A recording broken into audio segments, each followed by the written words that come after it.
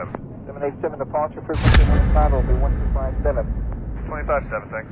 Greetings, fellow podcast listeners. Thanks for tuning in to another episode of the SciFi And Friends podcast. Before we get into today's episode, I got to go over a couple of quick announcements. The Patreon account is fully up and going. It is Patreon/SciFi And Friends. So pretty simple. You can go there and donate a set amount or donate whatever you'd like. And there's also the Bitcoin address. If you're into cryptocurrencies, we do accept that as well. You can do Bitcoin. If you're into the other altcoins, if you want to send some, Litecoin, Ethereum, Dogecoin, Tittycoin, any of those, we will accept those as well. Just message me for the private keys. Anyway, what else is going on? I don't know. We're getting towards the end of the year. Still plowing away with these over-the-phone internet type of interviews, and there's a lot more planned, a lot more people I'd like to bring on, and we're really going to kick it in high gear in 2018. Looking forward to it. But anyway, besides that, let's get back to today's episode. I got a really good guy, Azmyth Kaminski.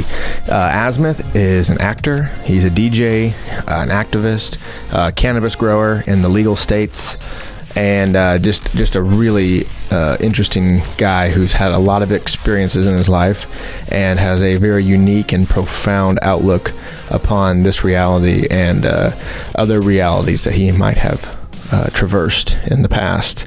But he's very politically active. He's works as a DJ. His band Paragon Zoo, or group Paragon Zoo, is releasing a new album. I believe it was Wednesday, December 12th, 11th, 13th, something like that. 13th, I believe, because today's Thursday.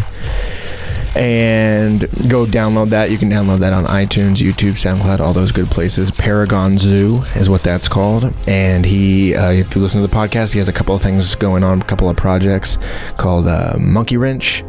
And he describes more of that. And if I would really love it if you guys would support Azmyth and all the endeavors that he finds himself in. So enough of me blabbing. Let's get to the podcast so you can hear all about Azmyth Kaminski.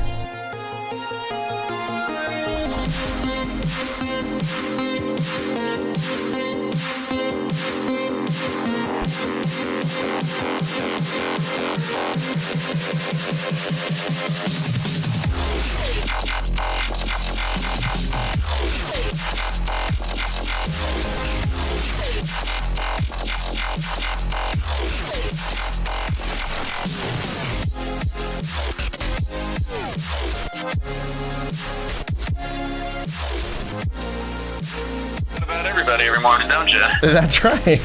Especially you, very eccentric Azmyth. I'm eccentric, not that eccentric, thankfully. No, on the spectrum, yeah, you're reasonable. You're eccentric, but grounded. You're not floating off into deep space. Exactly, dude. Alrighty, man. Well, welcome to the show. Hello there. Thank you very much for having me to the show. Don't worry, I started recording like 10 seconds ago, so part of that was captured. So you missed the urine comment then? Yeah, we missed that part, but you learn something about everybody every day. I got that part. That's great. That could be a motto on some product somewhere. I don't know what that product would be. I'm not even going to think about it right now. Probably a T-shirt. A T-shirt, yeah. Well, that's just a blanket statement at that point. $10 T-shirt. Yeah, that's fact shirt number 1. Yeah, I'm with stupid. Stupid, yep. Classics. Well, thanks for coming on the show, dude. Yeah, buddy. My pleasure. Completely my pleasure. You are a very interesting guy, and in fact, if any of the listeners of the podcast have listened to any of the past episodes, we've actually Casey and I mentioned you and had a little segment where we talked about how we met you and what a good guy you are and how you changed old Casey's life. I heard about that. Yeah, I sent you the link. So you are familiar with the people that listen to the podcast are familiar with you.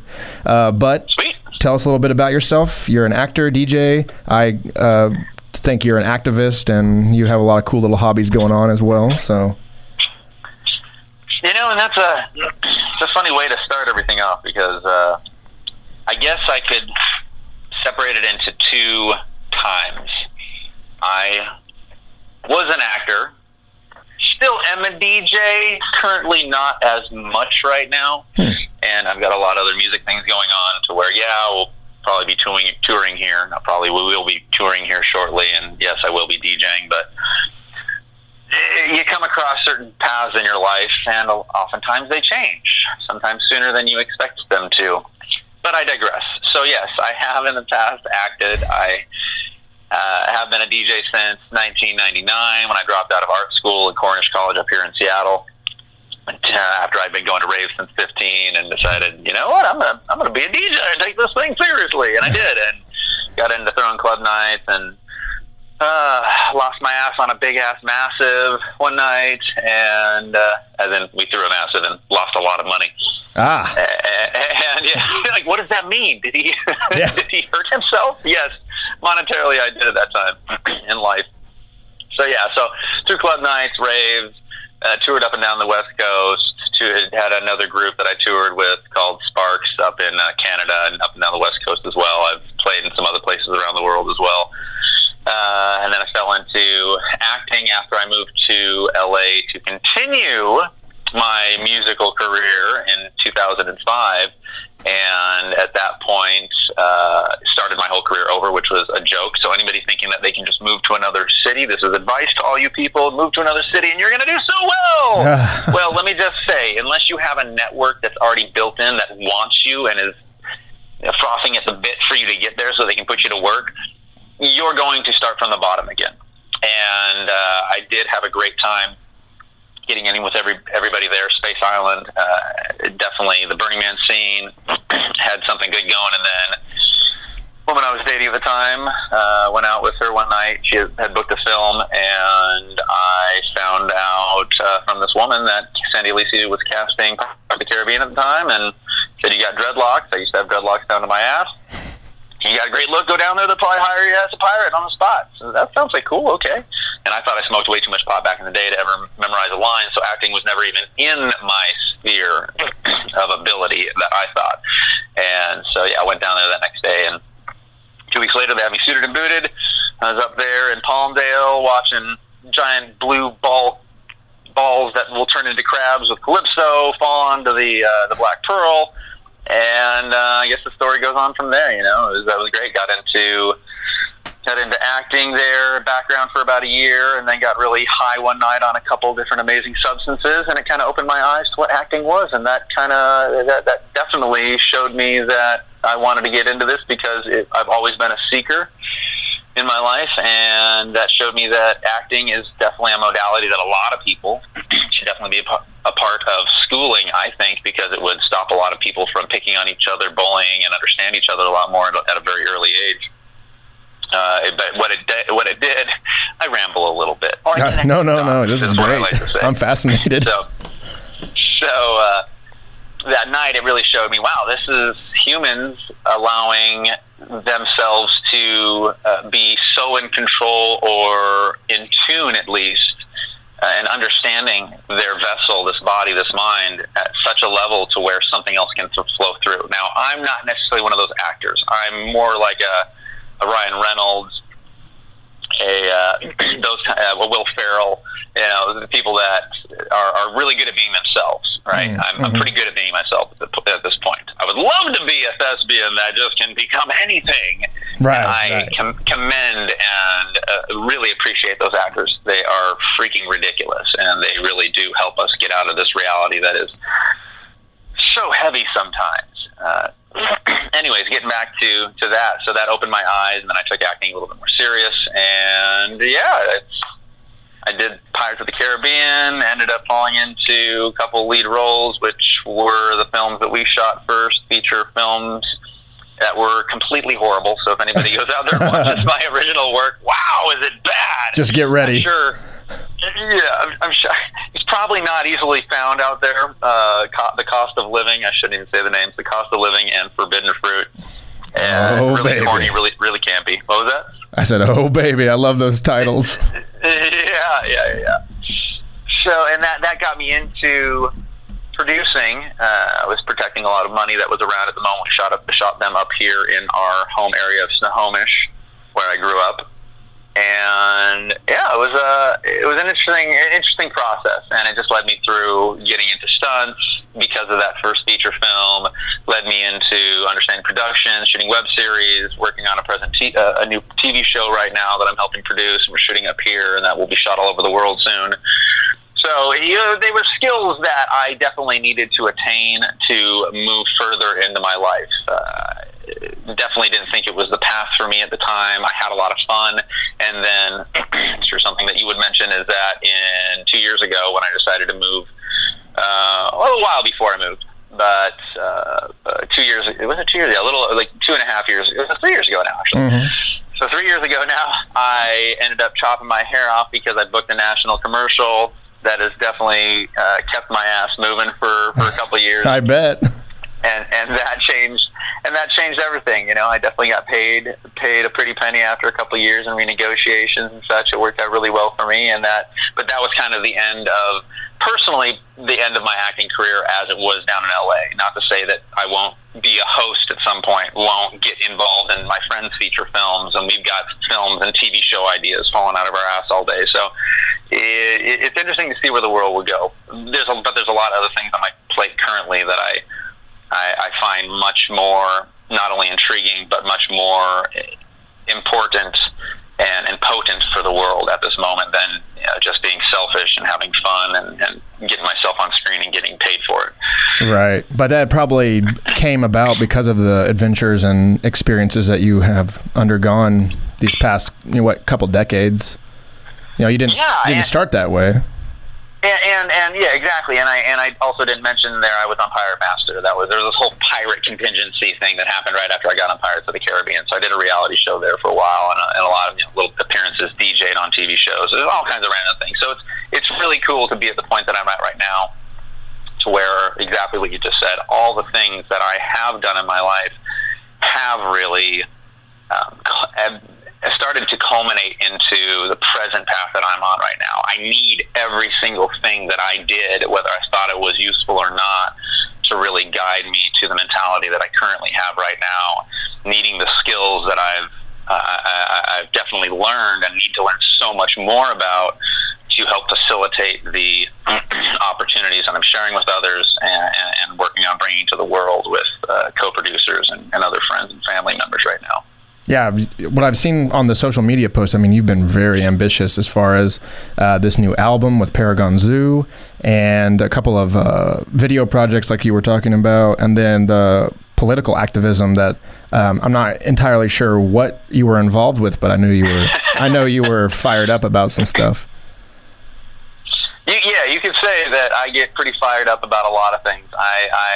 I'm one of those individuals that, and I suggest this to so many to so many humans and families out there that are going to have kids or parents, if you don't have religion in your life, do not force religion on your kids. And that's a whole other conversation we can go on, but I just want to preface it with that because I'm one of the lucky ones on this planet. I don't know if I did something in a past life. I don't know if I believe in reincarnation. I don't know what I believe in because we don't know what the hell this life even is. We don't even know what the fuck we are, right? So For sure. When you get down to brass tacks like that, it's like give your kids the best support and platform to be whatever it is that they so wish to be. Give them all the love and support and opportunity that they could ever wish for. And that's what I was given. I have three parents. I have two amazing dads and the most amazing mother in the world that any kid could ever ask for. I was always given love. I always had tons of animals. I grew up on a farm, so obviously that's one of the reasons I fight for animals and love animals. And I'm a vegetarian, getting ready to switch over to vegan very, very quickly. Oh, wow. And things change very rapidly for me, especially right now. So I grew up with all the tons of kids around me because I was an only child and still am, and present tense. And so lots of people around me, and I always have. I love people. I love interacting with people. Like I said before we even got on this conversation, I preface it with I really just want to have a conversation because that's one of the really cool things about life when you actually slow yourself down to be able to share that space with other individuals. It's one of the most important things in general because you want to learn some stuff, you want to be more worldly, you want to learn more about yourself, talk to people, be open about yourself. Anyways, getting back to that, so just being able to be a kid that had all the support and love growing up And I have a lot of friends around me that have had very, very tough lives, whether they got stuck into the foster care system and the state system at some point, whether, you're talking about people that were molested, you're talking about people that found their parents dead at a very young age, just these horrific stories that no child should ever have to deal with. But sadly, even if the world was beautiful and happy and everybody got along, there'd still be some instances like that, but it's a rather devastated world, so it's not like that. It is. And so what I can see is that I was given was the opportunity to really shine as bright as somebody could in this current reality, and share that support and love and positivity with everybody around me, and not get down, because I really don't get down, and there's no reason for me to get down. We all have our moments, but all of us need that positive energy around each other, and that's a really, really important thing to be able to share openly with other individuals. So yeah, it definitely has brought me to the point now where not only do I like sharing that energy with as many people as I possibly can, because you can learn something from anybody that you care to share 2 words with. Oh, absolutely. But on top of that, share that with the world and really start fighting for some things that need to change, because there's a lot of fucked up shit going on in this world. And this is a podcast, so I can swear, right? I don't swear a lot, but when I do, and it's intentional. Yeah, anything goes. Anything goes on this podcast. Anything goes. Yeah. That's usually the way I converse anyway. Yeah, and then today, there's never been an easier opportunity, not that I can think of, to spread those sorts of, good vibes or messages or energy or whatever you want to call them, whether it is a podcast, whether it is, the music that you are making, or the movies that you are producing, or the blogs you're writing, or anything. It's never been easier to flip open your laptop, turn on your webcam, and go live and just speak your mind. And you see so many of those Facebook videos that are just literally some guy or girl holding the phone, walking through their yard, just, revealing to the world how their inner mind is working. And, it's watched 6 million, 10 million, 30 million times. It is. Just the ability to have that platform available to everybody right now is such a rich and powerful thing. Now, yes, there's going to be a lot of people that don't use it as such a powerful thing. Right. Or powerful in the wrong way, either negatively or just really that's what you spent your time on. However, it is amazing, like you were just saying. And on YouTube, if you want to watch news, you want to learn about the world, go on YouTube until things start getting throttled by this net neutrality thing that I really hope does not go down. Yeah. People will wake up enough and actually put their foot down, which people are not, which I'm planning on helping do some stuff with that, which we'll talk about. But yeah, jumping on to YouTube and just dig. I mean, I'm still finding out about more people, not to mention these channels that have hundreds of thousands of followers that are just amazing and just open your mind and talk about everything that's historical, from wars to the economy to, metaphysics to spirituality. It's ridiculous. And there's still more people to uncover, and more, and different people that will resonate with you, and people that you will like listening to, and that you can't enjoy listening to, but you can't stop watching them because it's a train wreck or it's just annoying. It's funny what we get pulled into these days. It really is. But the news is out there. The information is out there. The positivity, the love, the information is out there on all these different platforms. I personally since I haven't got into YouTube a whole lot yet. I mean, I have, as in schooling and finding out knowledge, because I was way too high in high school doing art and getting lit up and having too much fun. Now is the time, now that I'm almost 37, is the time that I've really been spending a lot of information all day long, just soaking up something in the background while I'm working on doing things. Please, I just think I'm hungry now. And that makes sense too, because as kids, we're supposed to have fun, but we're shoved information down our throats, right? It's like, let them be kids until they're at least 16. Let them not give a shit. Or until they're 21 or until they're 33, I mean. Exactly. At some point, they'll figure it out. Yeah, exactly. Hopefully. But there's so much, I think this is what you're touching on, is there's so much stifling of creativity and exploration and just the interests that children have, because either, it's not profitable, it goes into a career that maybe is dying out, which some of that is logical. You don't want to be studying Latin, you don't want to be a Latin speaker because there's not that much opportunity. But if it interests you, I mean, start a Latin talking YouTube channel or something, maybe that's not the greatest example, but I just don't think we should, and I think this is what you're touching on, is we shouldn't hinder the curiosity of these children, and then adults as well. If you've been stuck in a job for 20 years, but you have a fascination with woodworking, you know, like, well, you hop on YouTube and maybe pursue that. You know, not everyone can do that because we have families and responsibilities and everything, but you could slowly start to segue into that. That's exactly it. And you can, and you touched on a lot of things that you can start any day. And even if it's 2 seconds a day, you know, just reading one line a day, whatever it is, you know, it's the same thing I say about people that are 80. It's really tough when somebody's in a relationship to say, like, hey, are you happy or are you not? A lot of people, it's that old dog new tricks. Similarly, at a certain point in life, people do give up on a lot of things. Absolutely. And even if you only got 1 week left, guess what? You got 1 week left to make it the best week of your life. And that's the important thing for us all to understand. You don't want to hurt people, but if you're not happy in your life, guess what? The only thing, and it's a tough thing to hear, the only person that you ever have in this life is yourself.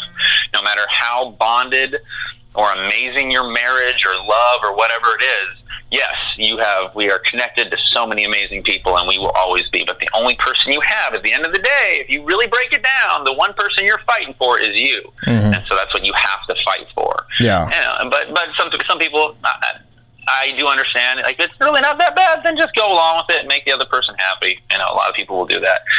But yes, to back to the kids thing, it's like really just having that support for people, even in school. It's like we were talking, helping heal a family member right now, and talking about kids and our bodies and the fact that we're cutting open a frog in biology, and that's what we're learning about. You know, I get it. We're learning about the world, but what about ourselves? You know, like, yeah, cool. I got a femur. I got a trapezius. I got like these muscles and things going on, but like, how do they work? How do they work with us? You know, we're not taught about our bodies as in, this is the one thing you have. This is the most important thing you will ever have. You have to understand how this works with you. And if you're a spiritual person, your energy and your physical body, and as much as you possibly can soak in, like, it's so important, because that's why we're so disconnected, because in school we're indoctrinated into a bunch of bull crap, into history that's freaking half fake. You know, it's not all, it's not that they hide the truth underneath a bunch of either white lies or just not written in, and then there with more information shoved down our throats, and with a couple prerequisites to have a little bit of fun with. And it makes for a really rough start into this world, I think, and hopefully things are changing a little bit more with that. You know, I know that there's what are the schools that start with an M? I always thought it was a religious thing, Montessori. So I don't know if it's a religious thing or not, but it's a really cool school, as I've known, actually, from an activist thing that I did. In action with 350 years ago, there was this woman, Nancy, that wanted me to come up and teach activism to her nephew and his class. Now, I never transpired, but what a cool opportunity to go talk to a school, because you can't do that in regular freaking elementary school. They'd be like, what, you want to talk about activism? You want kids to fight back? What? Oh, yeah. Yeah, I just right? But these things should be innate. You should be taught about how to think freely.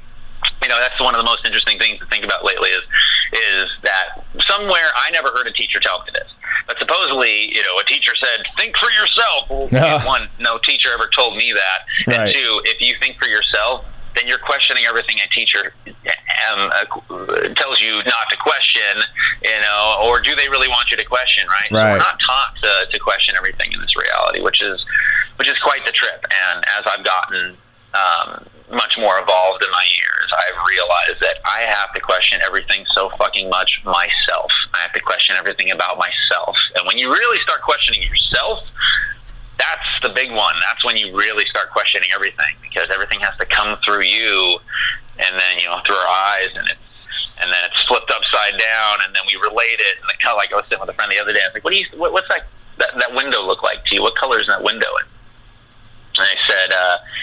they said it's a orangish, and I saw a pinkish in it, right? So it's like just the simple thing of our viewpoint looking slightly different just shows you how different each one of us are. You know, some people are even colorblind, let alone both people seeing perfectly fine and seeing something slightly different. So it's really important to understand yourself, I guess, is what I'm really getting at. Oh, yeah, absolutely. So important, dude. To touch on the part where, at some point, multiple teachers said, think for yourself, speak for yourself, or whatever. It was almost a schizophrenic type of thing where they would say that, and then you would do that, and then you would be reprimanded for it. I think of my mom as an example. I love my mom to death, and she's come a long ways since she said this, but she'd always tell me, stand up for what you believe in.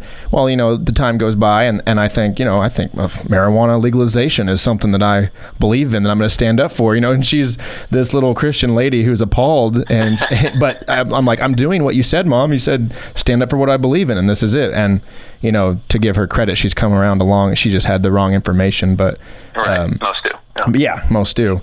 But that's exactly what you're talking about. Is just they preach one thing, and then we get fed this other thing.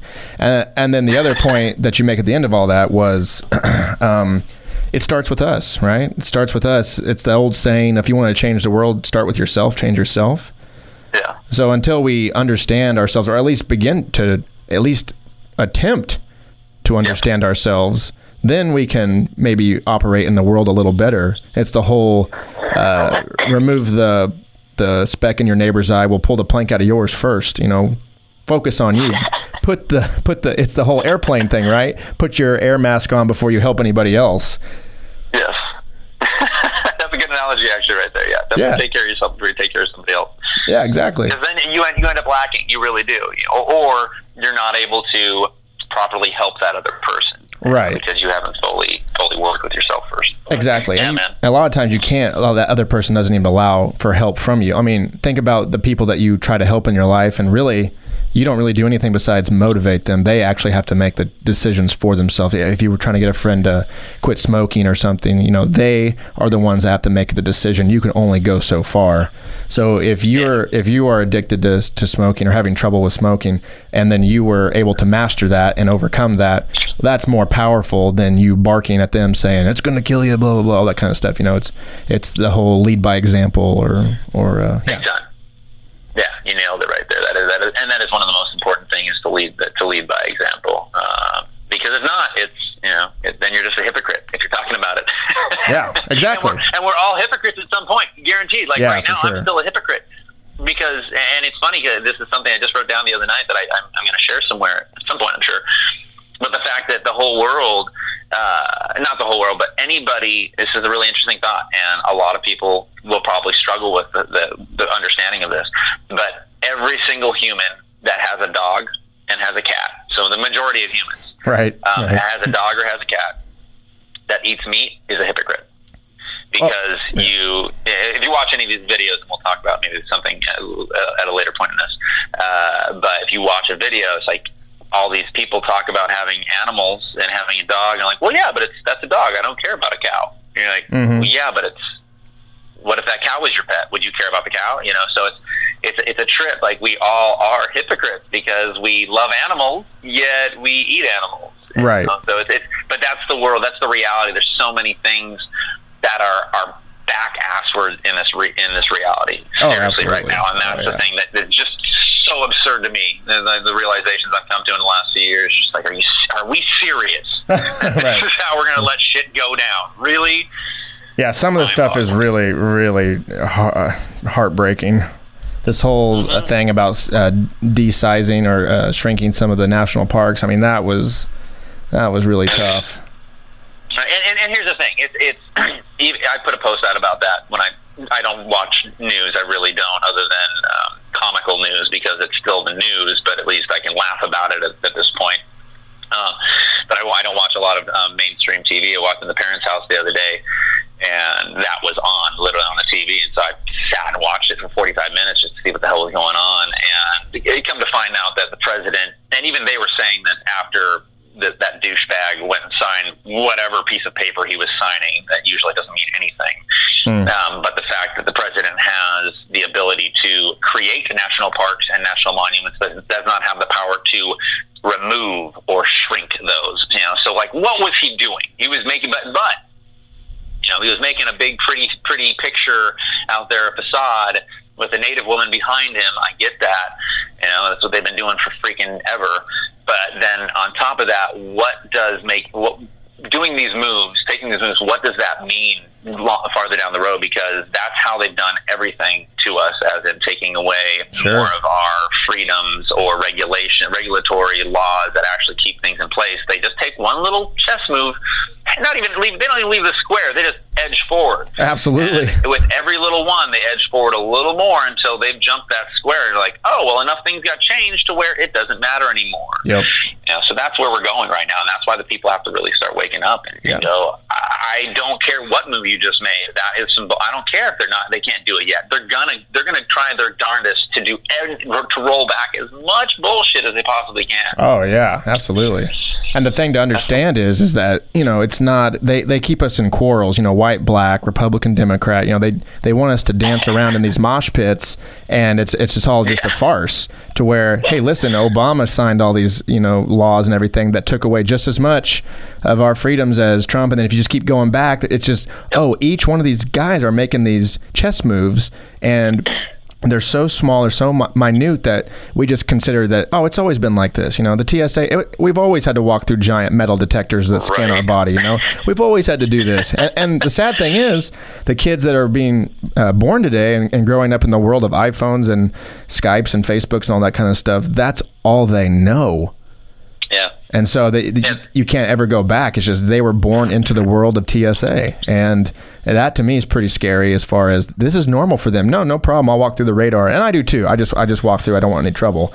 But it was a long time coming to get to that point. And we're just continuing down this stream of losing things little by little. And that's exactly it. The normalization happens with us. The youth doesn't even get a chance to get normalized. It already is normal. And that's the crazy thing that we're dealing with right now. It's the same thing with all the sexual harassment stuff that's important, but by them beating a dead dog over and over and over and over and over again and not actually doing anything about it, all they're doing is normalizing it, so it's okay. I heard somebody talking about this on our local talk radio the other day, where this woman, they asked her about how her past workplace was very PC, and then the new workplace, and it's like, yeah, there's a little bit of sexual harassment. And I'm like, well, yeah, but isn't that bad, the sexual harassment? She goes, well, at least I know what it is. I understand it. Whereas the PC shit, I don't understand the PC. Anything should be wrong, right? Yeah, all of a exactly. Sudden, wait, so that's normal? You can just get hit on and sexually harassed in the workplace and you're fucking okay with it? That's not okay either, but that's what's happening, is that we start becoming, as with anything, you start becoming numb over a period of time after a certain length, and you stop not caring about it anymore. Yeah. It's the same thing with it. You lose a freaking arm, you lose a loved one. It doesn't get easier. You just become normalized. You just become numb to it. You just adapt to it. Yeah, absolutely.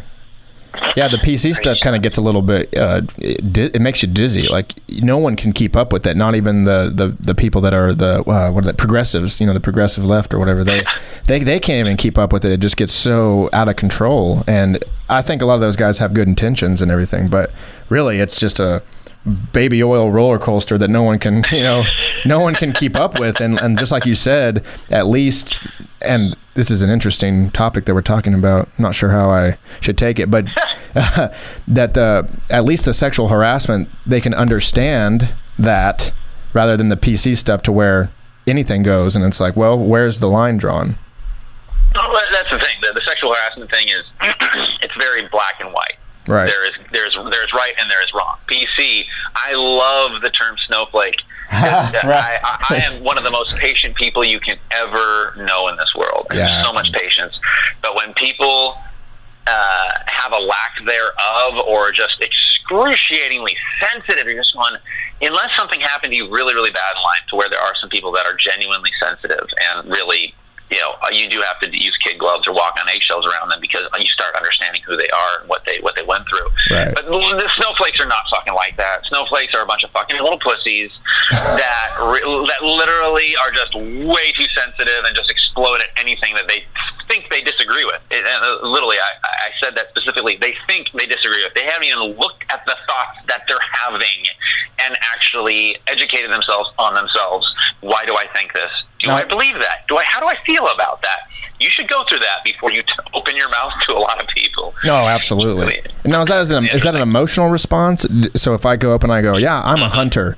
I like to hunt things, and I'm going to go on a bear hunt this weekend or whatever, and this snowflake like freaks out. It's an emotional response. They don't really understand why they're feeling it because they haven't thought about their stance on it. So they're just reacting. They go, oh, this is not good, right? And then they just explode. Instead of, say, asking you, why is it that you, and because that's the coolest thing you can ever do is actually take a breath, digest, and actually listen, take a breath, digest what the person just said, and then come up with an actually well-structured thought to share a question with the individual. And that's when it gets really cool, because all of a sudden you can gain insight, or you can possibly share insight with somebody that hadn't thought of that yet. And that's cool. That's when the power comes. But most people aren't interested in power or evolution. Most people are just interested in the minute satiation of this moment, which usually is ridiculous anyways, because most people live in the future and the past, not in the now. Yeah, absolutely. It's you got to be very nuanced with that sort of thing, and dealing with the world's not really nuanced, man. I tell you, the reality we live in, it's a lot of surface shit going on right now. Hard left, hard right. It's all Black Lives Matter, all lives matter. I mean, it's a torrent of shit right now. And while it's very exciting and kind of cool to be a part of the whole thing, it is very exhausting at times to try to keep up with everything that's going on. Yeah, and it's one of the coolest times.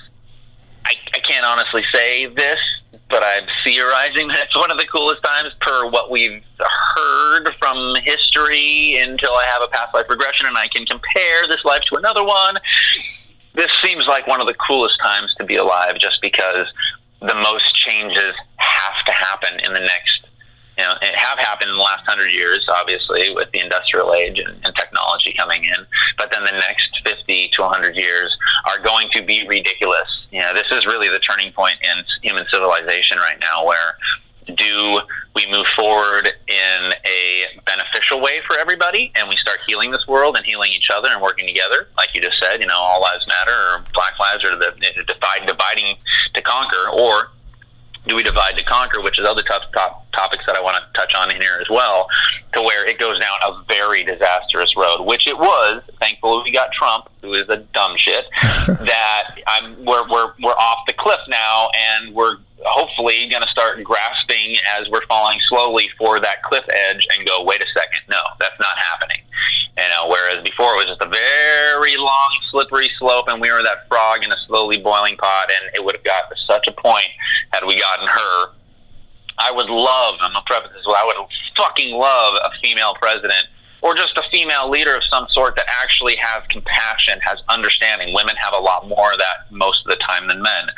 So it would be rad, but not one that is so disastrously freaking horrible and has such a nasty history behind them and continues to just create nothing but crap. Yeah. It would have been so far down at that point on that trajectory that we wouldn't have been able to get back from it. I'm really glad that this happened, because also, like we've already said, people are waking up because of the ridiculousness that we're dealing with in this world currently. And it's great. The people that voted for somebody that's in office right now are starting to change their mind and going, I thought I knew what I was doing, and no, you didn't. You didn't. And it's good that you didn't, because that's what we got, and we needed that because we didn't have any other option. We didn't have a good option. We still don't have a good option. It doesn't matter who it was. And if you want to start getting into the politics, we talk about politics. So I got in. I have had no interest in politics all my fucking life. Same thing. Religion, politics, that's bullshit. It's the two things you don't talk about in a conversation. But we're having a conversation now, so we're gonna. So yeah, we are. I jumped into. Because of Bernie, because it was the first little glimmer of opportunity. So I started with getting into activism first, and I can tell you about that in a second. And that kind of triggered my activist spirit in me, going, okay, I need to do stuff. I actually need to start doing stuff instead of just being an armchair quarterback.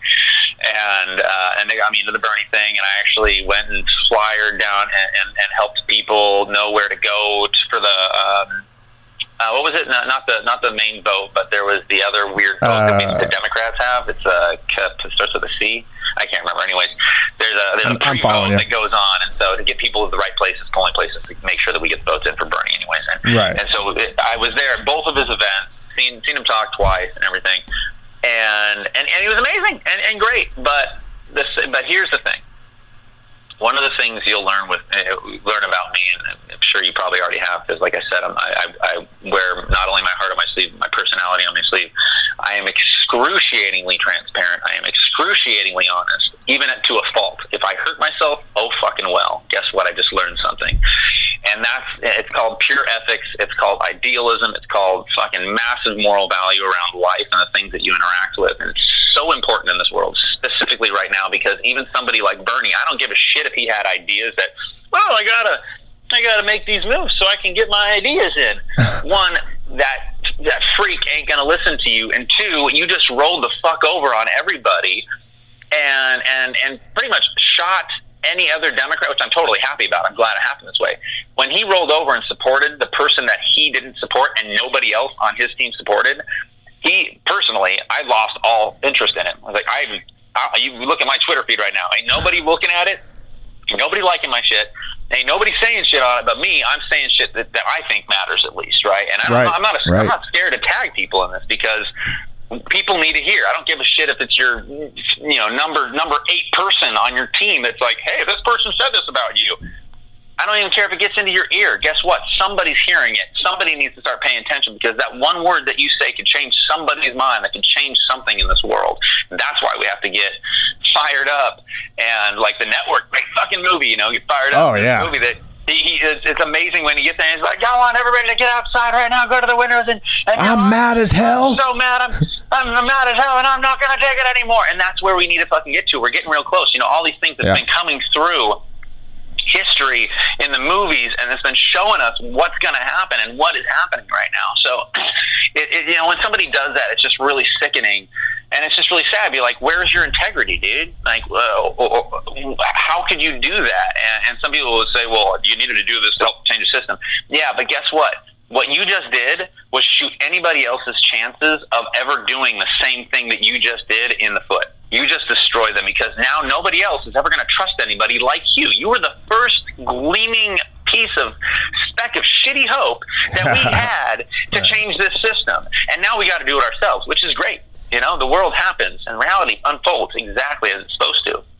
And I don't think it's one person, one fucking leader. I don't believe in that crap. It's all of us. We, the people, need to get up and stand up for each other and lift each other up and do it together. And we need to make the government scared shitless of us, because they're our servants, not we're their servants. We never signed up to be a servant, except for the fact that our parents decided to sign a fucking contract with the government when we were born.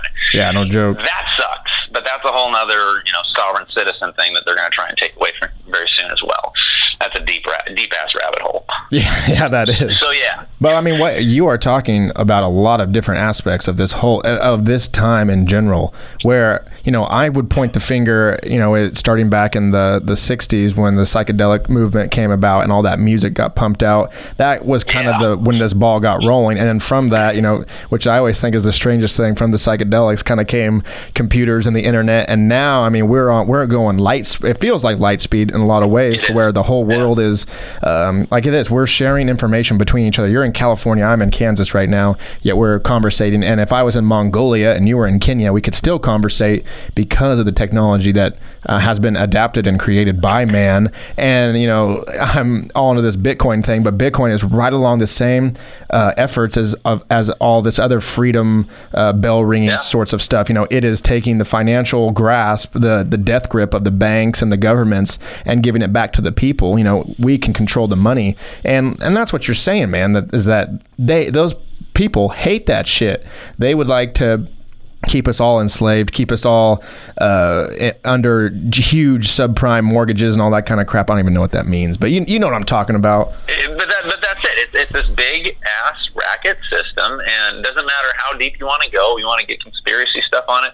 There's a lot of things that or theorist. There's a big difference between conspiracy and theorist. Conspiring means two or more people conspiring to hide something from others.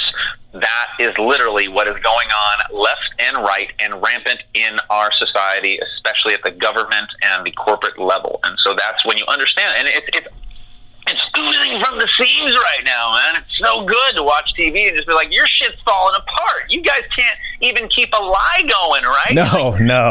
You meet people like this in life. You're just like, why do you keep lying? And then you forget about the lie you created, and now you're lying some more. That's what national news is right now, and it's so corrupt and so being eating itself from the inside out. It's a beautiful thing to see, and a very destructive thing to see too. So it's up to us to not believe what we hear, go and do our own research. And yeah, dude, it's one of the things I've been saying. I've just been jumping back to the thoughts of you ramping forward from the 60s and us getting here. Yeah. And technology's so fucking awesome, yet we still know that we're not only like 20 years behind now, we're actually about 50 to 100 years behind in the future and the technology that's out there. One of my favorite sayings right now is the future fucking sucks, okay? If we looked at Back to the Future and all these other movies that have like preconceived notions of what the future would be, we should have flying cars by now. Where the fuck's the hoverboard, all right? Like if Tesla could have given us free energy in the 20s, then guess what? Everything is fucking possible right now at this point in our age. Why are we going so slow? But that's part of the system you just said. They want us to go as slow as possible because they're going as fast as possible, and they don't want us to catch up. That's going to happen. Yeah, that's going to be good. I feel like we're catching up right now. I mean, you have such a good attitude about the whole Trump thing. Most people are like, oh my God, Trump is the worst thing to ever happen. And well, what you're saying is the best thing to ever happen because it actually woke up both sides of the spectrum. It's sad that we only have two sides of the political spectrum, but Trump, if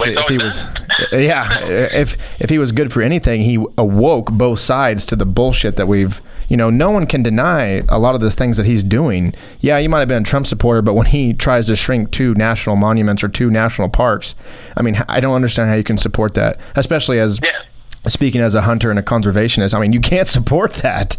I mean, you can't. No. And looking at DAPL, the code access pipeline and Excel, I mean, they're all dumping leaks all over the place, and it's like everybody just went back to sleep, right? Oh yeah. We had all these huge freaking battles. People almost got killed. People almost got maimed. One woman, her freaking arm got blown up. It's just like a lot of things happened that should not have happened, and none of us should have stood for that. Thankfully, there were even departments that were called out to do backup, and they said, you know what, this isn't our fight. Let's get the fuck back to our station. Right. That was really cool. Now, I had a little bit of respect for police that day, for authority figures that day. It rarely ever happens, but I really did look at them and be like, you know what, some of y'all made some good decisions because y'all weren't getting paid yet for this or weren't under contract by these dumb shits. But to get into compared to the topic that you were just talking about, these individuals that had a pipeline that were Trump supporters that had a pipeline run right through their backyard, right? So and that's the catch. So I'm going to say this again on talking about jumping forward to cannabis. It's just really sad. There was a story the other day. It's just really sad when a politician or somebody at that level is completely against, right? They have their ideals and their standards, and they're completely against something that they think is wrong until all of a sudden their grandma or their nephew or their son or daughter comes down with something, right? And the only thing that can save them, or that is saving them because the parents or other individual decided to go that route, is cannabis. And all of a sudden you want to flip-flop and go, well, you know what, now that it's effect, I think that this should be. No, that's not how fucking life works. That shows that you have no integrity. It shows your ethic and moral boundaries and rootings are completely plastic and malleable, which they should not be malleable. If you want to have ethics, they don't get they don't move. Rarely they move. Granite, all right? They should be. That's your foundation. That's your integrity, and that's not an easy thing to get back. No. And to have these people flip flop just when it's convenient to them. It's the same thing with Hillary, right? Motherfuckers flip flop all day long. I'm tired of people in this world flip flopping. Make a decision and stand with it. If you're fucking wrong, then call yourself out when you're wrong, and make amends with your past. But most people don't know how to make amends with the past. They don't know how to call themselves out. You grow so much. When something happens on our teams or something like that, I'm like, fuck it, throw it on me, throw the blame on me. It's my fault. I'm raising my hand up. My fault, because I can learn from that. That's an awesome thing to be wrong. It sucks, but guess what? You learn. You actually learn stuff instead of turning your head the other way, and not speaking up. Like, oh, I did that. You actually hurt yourself. Yeah. It actually degrades your ability to be a fucking human. No, it definitely gives you a disservice. That's what we're dealing with out there. Yeah, it's a definite disservice to yourself, to your integrity, and to your, I guess what you would say, who you are, your integrity, I guess is what it is. Who Azmyth is as a person. If you deny that moment where here's a chance to be humbled, to learn from this, and to grow, I mean, that's an opportunity that, comes around often, but if not taken advantage of, is a missed opportunity. Huge opportunities missed. Yeah. It's kind of sad. So you, yes, are absolutely passionate about this political thing, this political environment, and not only do you gather in certain areas for protests and are active on social media and whatnot, but you also create music that kind of echoes the problems and challenges and moments of our time. Right, Paragon Zoo with did you have a track called "Fuck the Police"? Well, and it's not called "Fuck the Police." It's called "Rule." Okay, sorry. And that is, if anybody wants to go and watch, we haven't pulled the video yet. We've thought about pulling the video. That video was supposed to be released. It did get released actually the day that Obama decided to put the first sanctions on, not sanctions, but he put the very first hold on the DAPL pipeline. And so things were getting really bad, and we had a video to put out to be like, fuck the police, fuck the authorities, we just want freedom, we just want to live in our lands and take care of each other. And the day that we dropped that sucker, dude, because things were getting bad, things were going to get even worse. And then it was like the day we dropped it, it was silence. All of a sudden, everybody put their white flags up, and we're like, no! Right. It was a beautiful thing, obviously. I completely support the actions he took, even though they were a complete fraud. Yeah. Right? So I wish he hadn't. It was a total timeout, It was a total, let's call a timeout so everyone forgets about it. And I remember all the social media was, it's such a big win for the people that are protesting, such a big win for the Lakota. And, a very small amount of people called it out, and they said, this is nothing. This is halftime. They're just wanting us to kind of move on, go back to our lives, share the cat videos on Facebook. And then, when it gets warm back in the summer, they'll start building again. And sure enough, that's exactly what happened. Yeah, dude, I fell for it. I posted something, posted a denied thing on a picture, and I definitely fell for it, hook, line, and sinker. So but the video, it's a pretty interesting video. It's the first music video we ever put together. Just ran out and run and gunned it real quick. We needed to put something out. We got a lot of material that we had to put out, tons from 2 years of work, and currently we just dropped our album, and this week, and so things are going to look really great. Instead of just dropping a single, we dropped 5 songs. And Court, who is the rapper, he's the vocalist in our group. We both make the music together, and he's been doing this a lot longer than I have, and we've both been in the game a long time. We both met when we first started DJing together, and he went off in a rap, and always was in a rap, but in a production and rapping, learning how to rap direction, and then I went off in a DJ direction. It works well. Complements each other. It works well. It complements each other.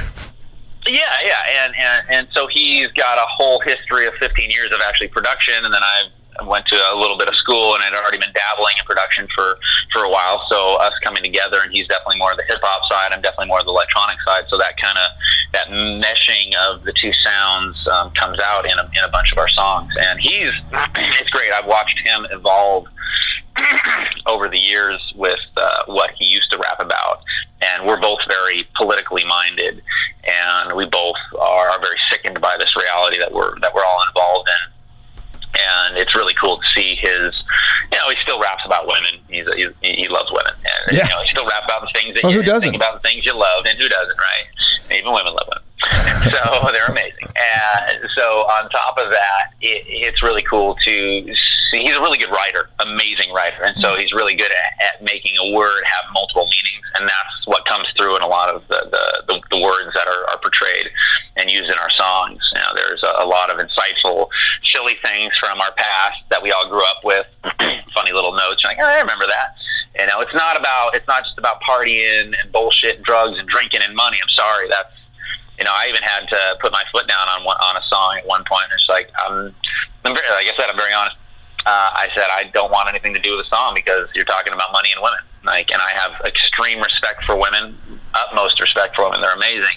And so on top of that, not that it's a disrespectful song to women, it's just all your rap, you know, the song's words were rapping about women and money. And I have the lowest interest in money of almost all people. I'm part of the 99.9.9.9.9% on this planet that's like, money is bullshit. It's a total fucking joke. I have no interest in it at all. There's plenty of it around me.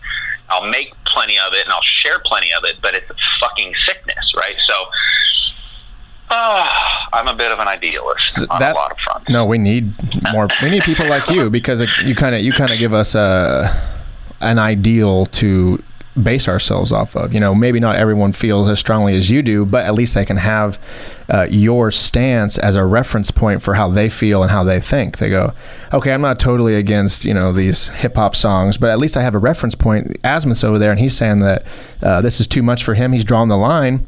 Well, at least someone's drawn the line, because if someone doesn't make some sort of stance, whether it's right or wrong, this whole roller coaster could just go off the rails. And pretty soon, you know, we have songs straight up about raping and cutting people's heads off, and, you know, something that's just, you know, not needed. How many, you know, and I'm gonna use hip hop right here, because there is some, you know, I don't want to say Brother Lynch hung, but there's some pretty nasty fucking disastrous gang rap and stuff out there, and then you got the death metal.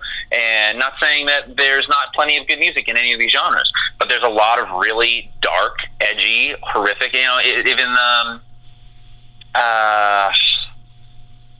there's a song that was on the radio, you know, like I'll Let the Bodies Hit the Floor. That's not it's a band like that. It's like Creed. Right. But how often have you been driving around and you're driving to work and you're singing a song? Are you listening to the words that you're singing right now? You know, it's like, I want to kill myself today. Oh, yeah. Oh, yeah. And it's a great pop song, but the words are fucked up. Yeah. I mean, I don't know who you are at that moment, what made you share those thoughts with the world, but those are not good thoughts. Put them into a poem. You know, it's like sometimes you should just write things down you want to share with people. I've fucked this up royally in my life. and then just print them out and burn them. Yeah. Do not send them to the person. It's the same thing with those fucking songs. Those songs don't need to be heard by people on the radio. Whatever it was that your platform that you had and you chose to put this thing out, that's on you. You know, and it sucks because now it's not just on you, it's on us, because so many people are so unconscious about the things that they do throughout their day that they don't think about what's, you know, where we are. We're so distracted that we're thinking and words are just coming through our mouths, but you're creating vibrations with every single word and sound you utter, and a lot of people don't understand that, obviously, or otherwise we'd live in a different world. Absolutely. You know, I call it almost like casting a spell, right? When we speak, it's a blessing or it's a curse. And so if you're repeating those sorts of things, I want to kill myself, like, not only are you reverberating that into the world via your vocal cords vibrating, like you just said, you are literally physically moving matter with your voice, but also you are hearing it within your head, and those words get conveyed into thoughts, and then that kind of compounds on itself. So I always say, like, whatever you're saying, try to be a blessing to yourself. So rather, even if something is so minute as you wake up every day and all you say is, you look in the mirror and you say, I'm going to have a great day today. I mean, start doing that and see what happens to your days. Your days will blossom. I mean, it will just change the way that you view the world. It will change the way you think, the way that you speak to people. And that's just the tip of the iceberg as far as speaking blessing over yourself and over others. It's super powerful. Words are super powerful. Super powerful. Did the sound change at all? I need to plug my phone in. No, it's fine. No, it sounds great. Yeah, dude, it's literally that those words are so important, and that is it's the law of attraction. That is truth. You know, there's magnets all over the world, and we are attracted to each other, and we're pushed away from each other because of certain things we do, and it is what you speak. You know, it's interesting to think about.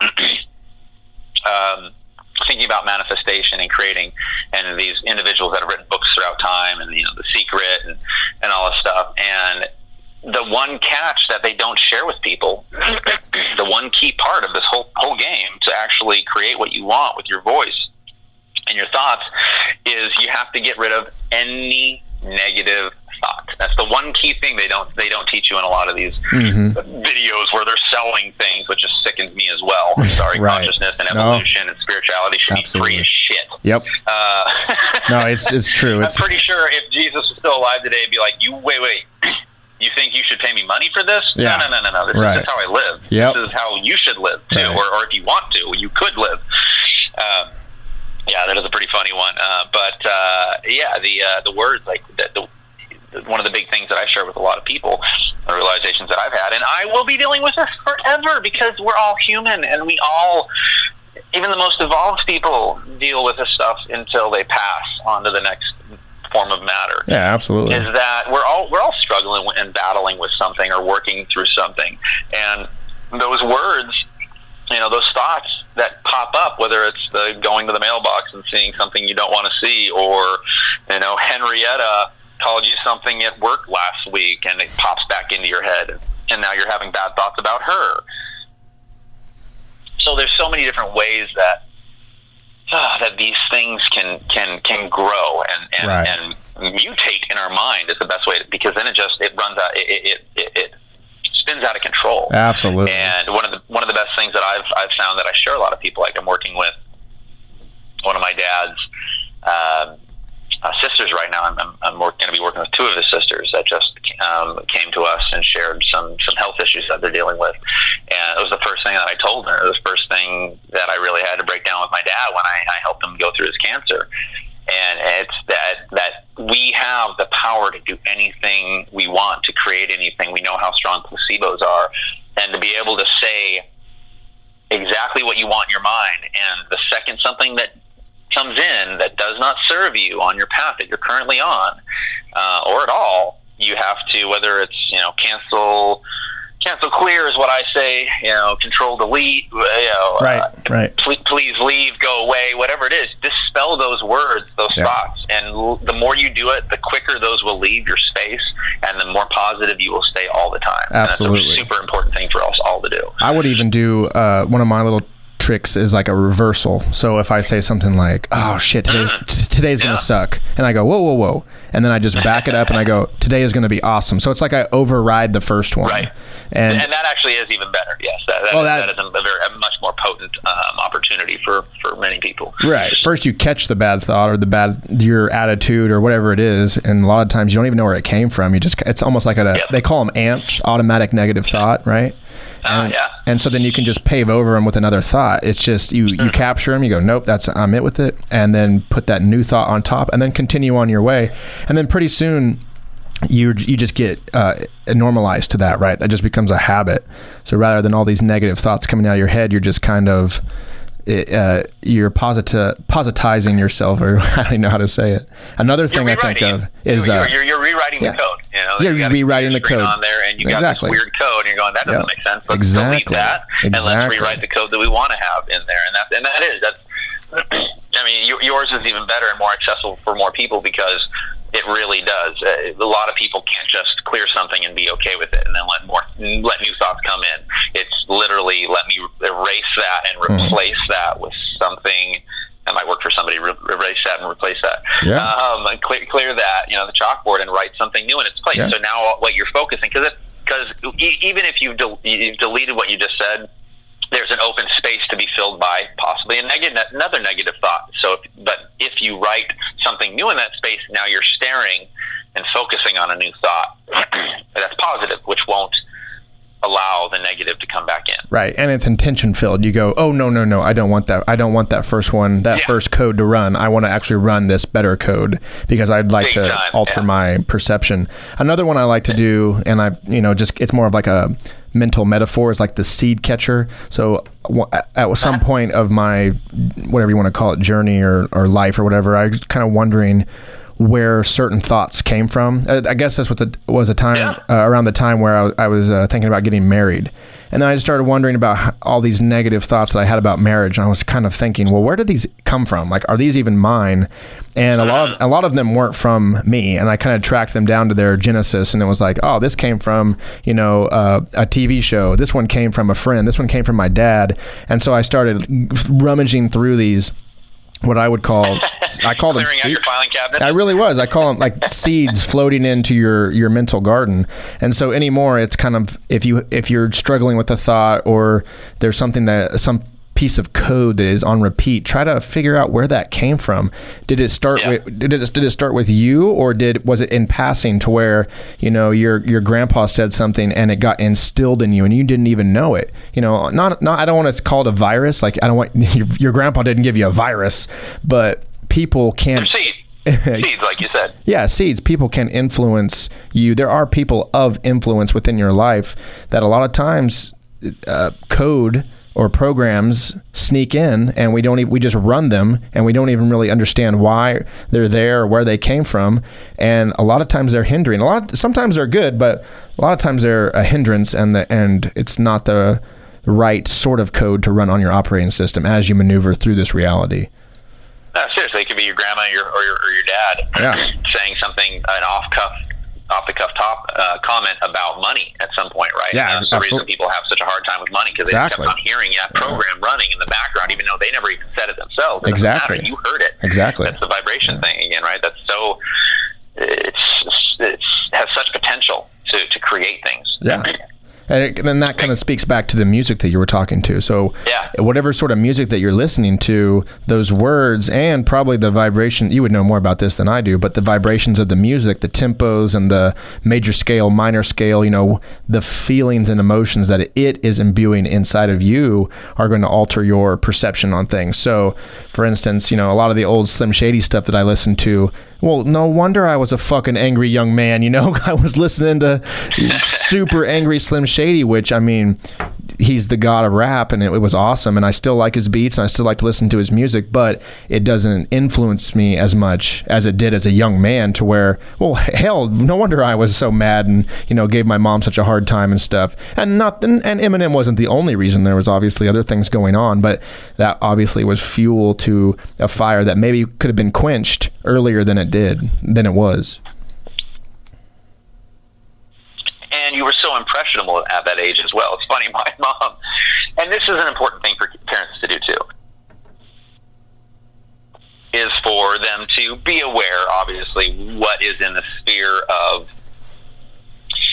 effect for their young ones. My mom, my very first CD that I remember getting was Blood Sugar Sex Magic by Red Hot Chili Peppers. Nice. And I left it playing. I was probably 10.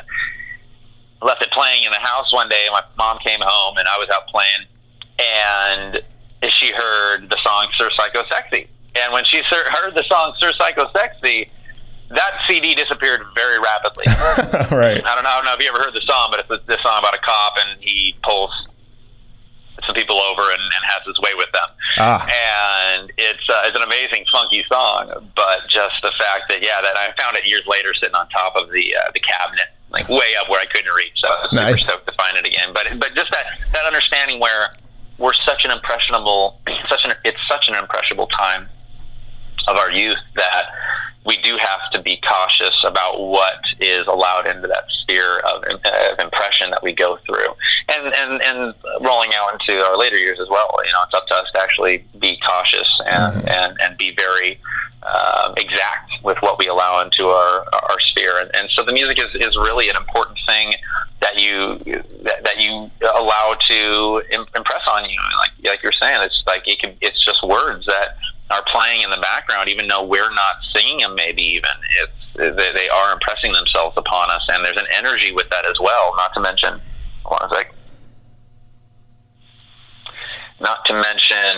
the fact that most of the music these days, mass majority of the music, is all tuned to 440, which is a disharmony, the sound of disharmony, whereas 432 is actually where symphony music is tuned to. And very few music, there's more and more is starting to wake up to it and starting to be tuned to it. However, at a certain point, they changed it harmonious tuning, and literally it's just a slight difference. It's a little bit higher pitched to a tune of disharmony. It actually isn't as positive anymore. So not even as the music is sometimes not positive, but it's even less positive because of the harmonic frequency that it's resonating at. Yeah, that's pretty interesting. And so that's I definitely am more cautious about music in general these days. Per what I said about, I really don't want anything to do with this one song. You can have literally the conversation went, if money gets made off this, it's all yours, dude. Like, I don't want my name on it. I just don't. I have nothing and that's where the integrity comes in, like, to be able to say, to not be able to backpedal on something. You make a decision and you stick with it. It doesn't matter if it's going to hurt you in some way. Usually it's your own understanding of what the hurt is.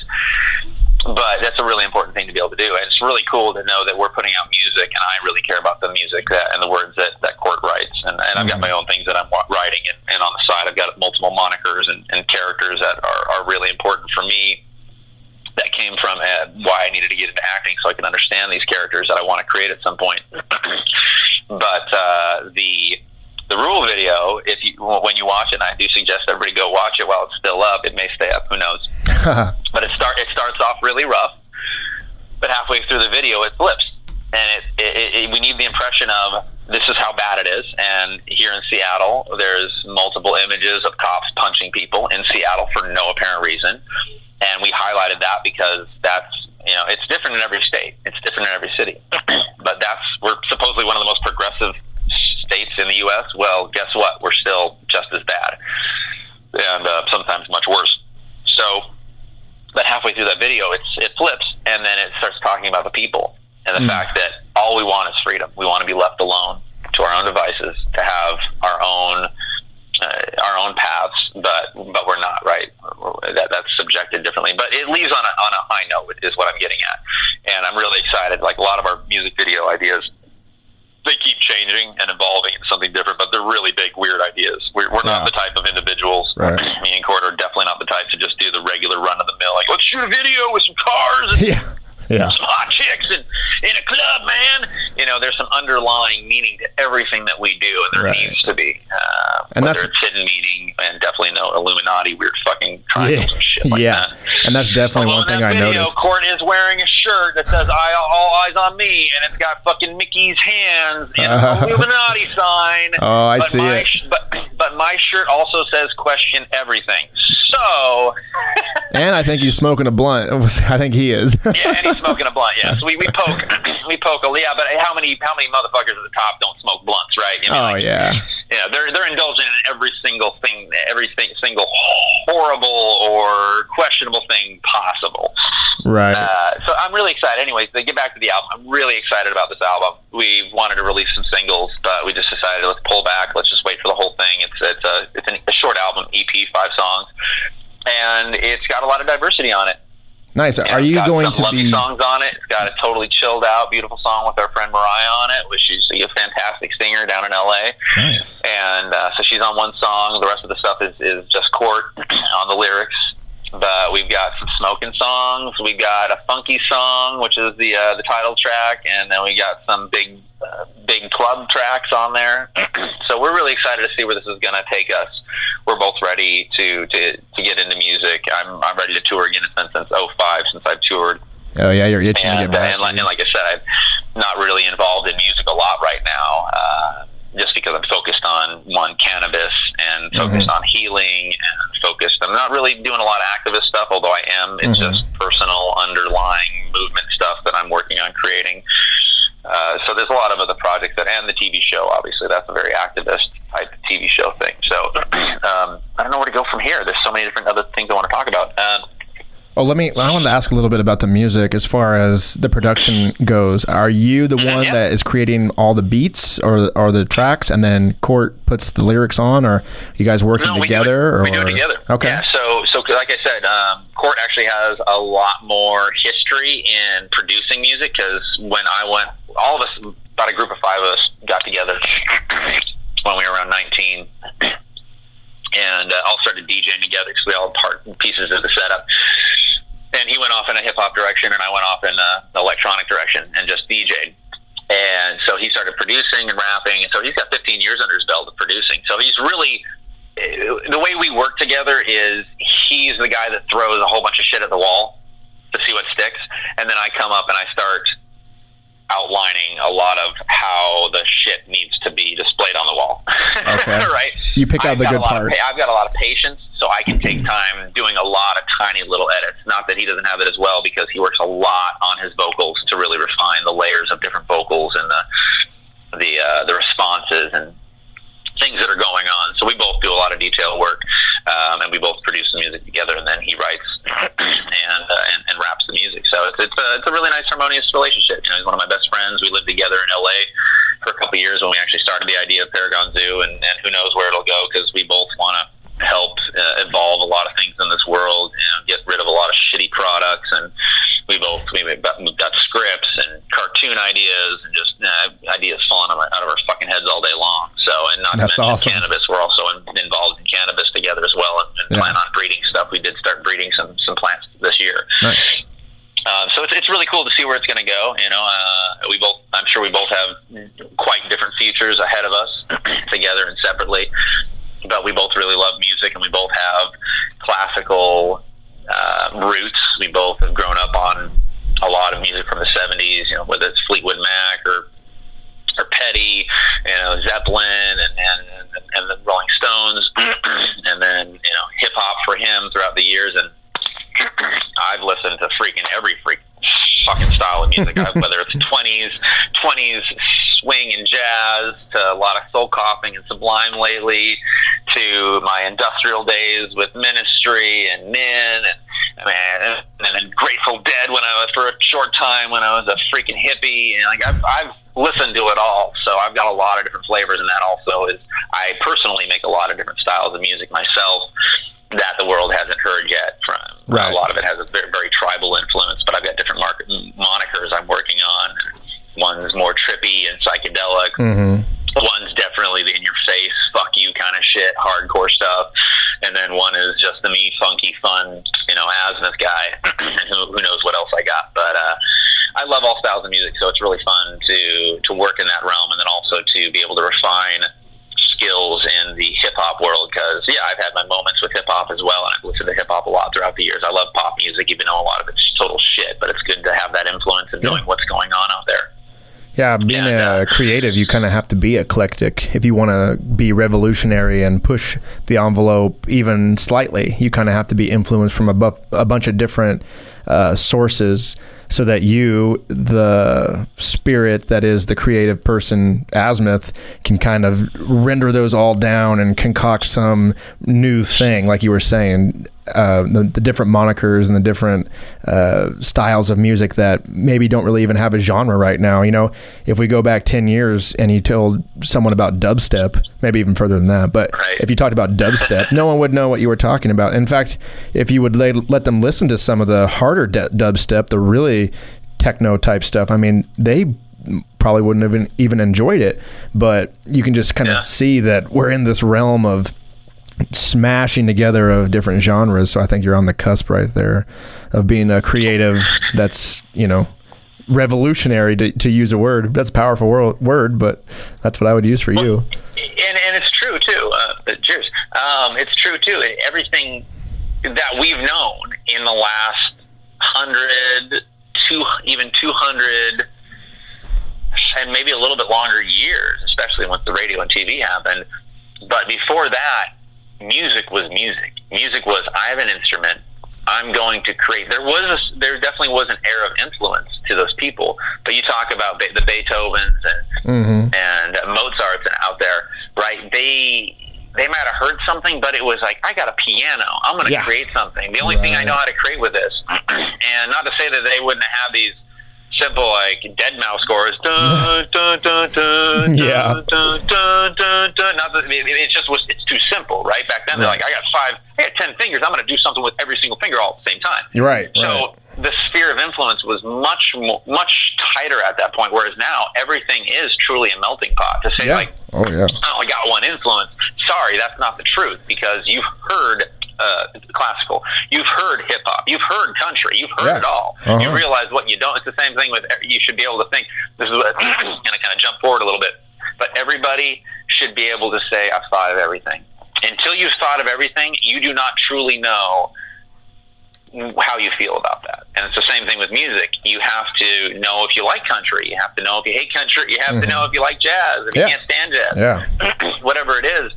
It makes and that's the funny thing. It's like we, as humans, are completely fucked up things. We are so confused and so weird and so it doesn't matter how normal you think somebody is, the thoughts that person has in their head can be way crazier, way worse, or deranged than you, all right? And that's the beauty of us, is knowing what is good in the world and what should be, what feels right, and going, at least I've had those thoughts. Like, we've all thought of killing somebody, and I'll go to the very edge right there, or just horribly disastrous thoughts. But until you have that thought, you can't rightly say, I don't like that, or I do like that. Right. You have to go through that thought. You have to step into that fire just for a second and feel how it feels, even though it's not the real thing. You know, it's just virtual reality. But playing that for a second and go, that's not for me. Good. Yeah. Now you actually are building yourself up as somebody that actually has some foundation. And otherwise, we're just blowing smoke a lot. Oh, yeah. It makes me think of a good friend that I work with. His name is John Castor. And he's a chef at Red Oak, the restaurant that I work at right now. And he was talking about how all these different things that he does not like to eat, but he still eats them to continually understand what it tastes like, so that if he's going to make a dish for a guest, he's not going to be biased and go, I'm not going to use lemon because I don't like the taste of lemon. He understands the taste of lemon so that he can manipulate it in the best way possible for the enjoyment of the guest. And so that's kind of what you're talking about. It reminds me of Jordan Peterson. Are you familiar with Jordan Peterson? Are we talking Young Turks? No. Jordan Peterson is a Canadian. I know who you're talking about.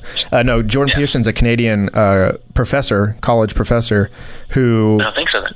I mean, he kind of has like a background of what's the Joseph Campbell type thing, this whole myth type thing, but deep.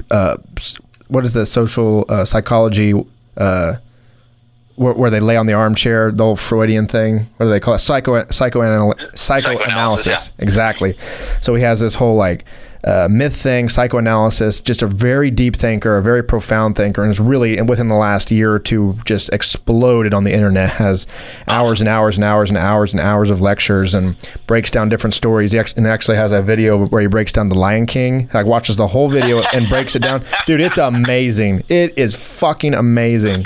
But he talks about how if you do not incorporate the shadow self, which the whole shadow self thing is a Jungian type of idea, you are not a complete person. If you don't understand what sort of evil that you are capable of, then you are not the person that can really harm you.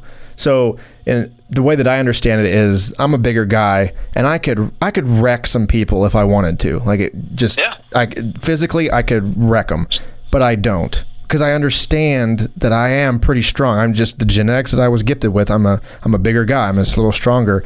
So I understand, I have this capability, but I don't act upon it.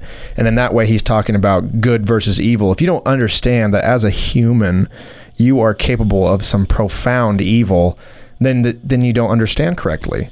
And it's the same where he talks about, a lot of times he'll talk about early Russia, where they had tons and tons of killings, more killings than they had in the Holocaust, and he'll touch on the Holocaust and how people will talk about, how could the Nazis do that? How I would stand up. I would be the one to stand up. And he goes, well, think twice, because they were people just like you. And because you're removed from it, it's easier to say, oh, I wouldn't have done that. I wouldn't have pushed people into the furnace. Well, we don't know until that actually happens. And he goes, if you don't you actually experience that, you might have thought differently. That's right. Because the experience was completely different in that sphere of interaction that you had at that time. That's right. And so he says, I mean, if you think that way, then you're wrong. He's not saying you are a Nazi. You can't deny it. He's saying that the ideas are way more complex than you are presenting them to yourself. It's not just, I'm not going to do that. I would never do that. I mean, it is more complex in the self of how humans are complex, in the sense of we are good and we are bad, and we have the choice to do each and every single day to choose one route or the other. And if you don't understand that you are capable of severe evil, to where you just said, we've all had the thought, I want to kill somebody. Some have acted on that, But you have that potential, and we just choose not to act on it, and we go along. But until you understand that is possible, that you have profound evil within you and profound good, you're not a fully rounded character in this reality. Well, and going back to the Nazi thing real quick, it's like, how would you feel if your loved one, your husband or your wife, felt that way that you don't think you could feel right now? Would you throw everything away and be like, fuck you, sorry, I'm not going to do that? The intelligent, good human would. Right. But that's not usually the case. You would go, I'm going to go along with this because I love my mate, and they obviously need this too. So, and a good analogy, a real simple analogy to what you were just saying about your strength and such, is when somebody says they don't know their own strength. Right. Until you know your own strengths, whatever those are, you can harm somebody. You can hurt yourself, and we do over and over and over again. We hurt ourselves because we don't understand what the repercussions of that will be. Just by stretching your arm in the wrong way, whatever that is. So, I'm thinking about fear. Everyone has fears, and they have doubts. And when you understand within you that you are also subject to fear and doubts, and then maybe you turn that upon someone else because you can see that you can manipulate them, you can kind of plant the seed of fear. And when you start to do that, you understand, wow, I'm terrified, they're terrified, I'm going to manipulate them in a way to control them by fear. And that's evil, and that's not the good route, but that is a possibility for people to act upon.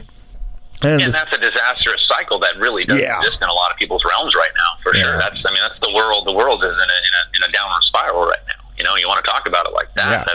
That's it. Otherwise, it would be going the opposite direction, but it's not. We're still getting sucked down that tube. Yeah. It's the whole yin yang thing. It's a whole balance, and I don't know if we'll be able to eradicate evil. I guess that's the goal, right? Is to try to get to a utopia, which I don't know. I don't know if we can get there or not, but it's worth fighting for. It's worth trying.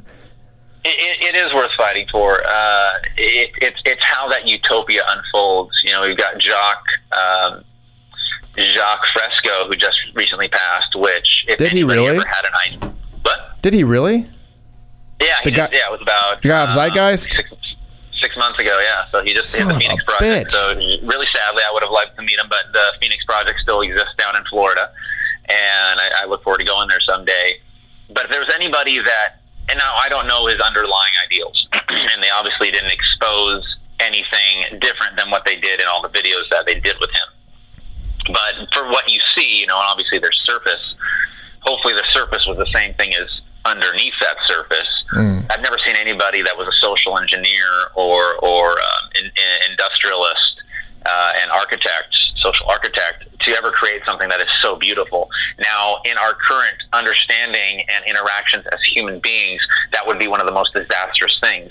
Moving towards, now that is like the utopia, beautiful utopia. That could happen right now. And if you've heard of the 2030 Agenda or Agenda 21, that is being put into place right now if we don't do something about it. And it would look like that, only be not as pretty and not as freely moving, right? So can you talk, I just Googled Agenda 21. Can you talk about it a little bit, though? I don't.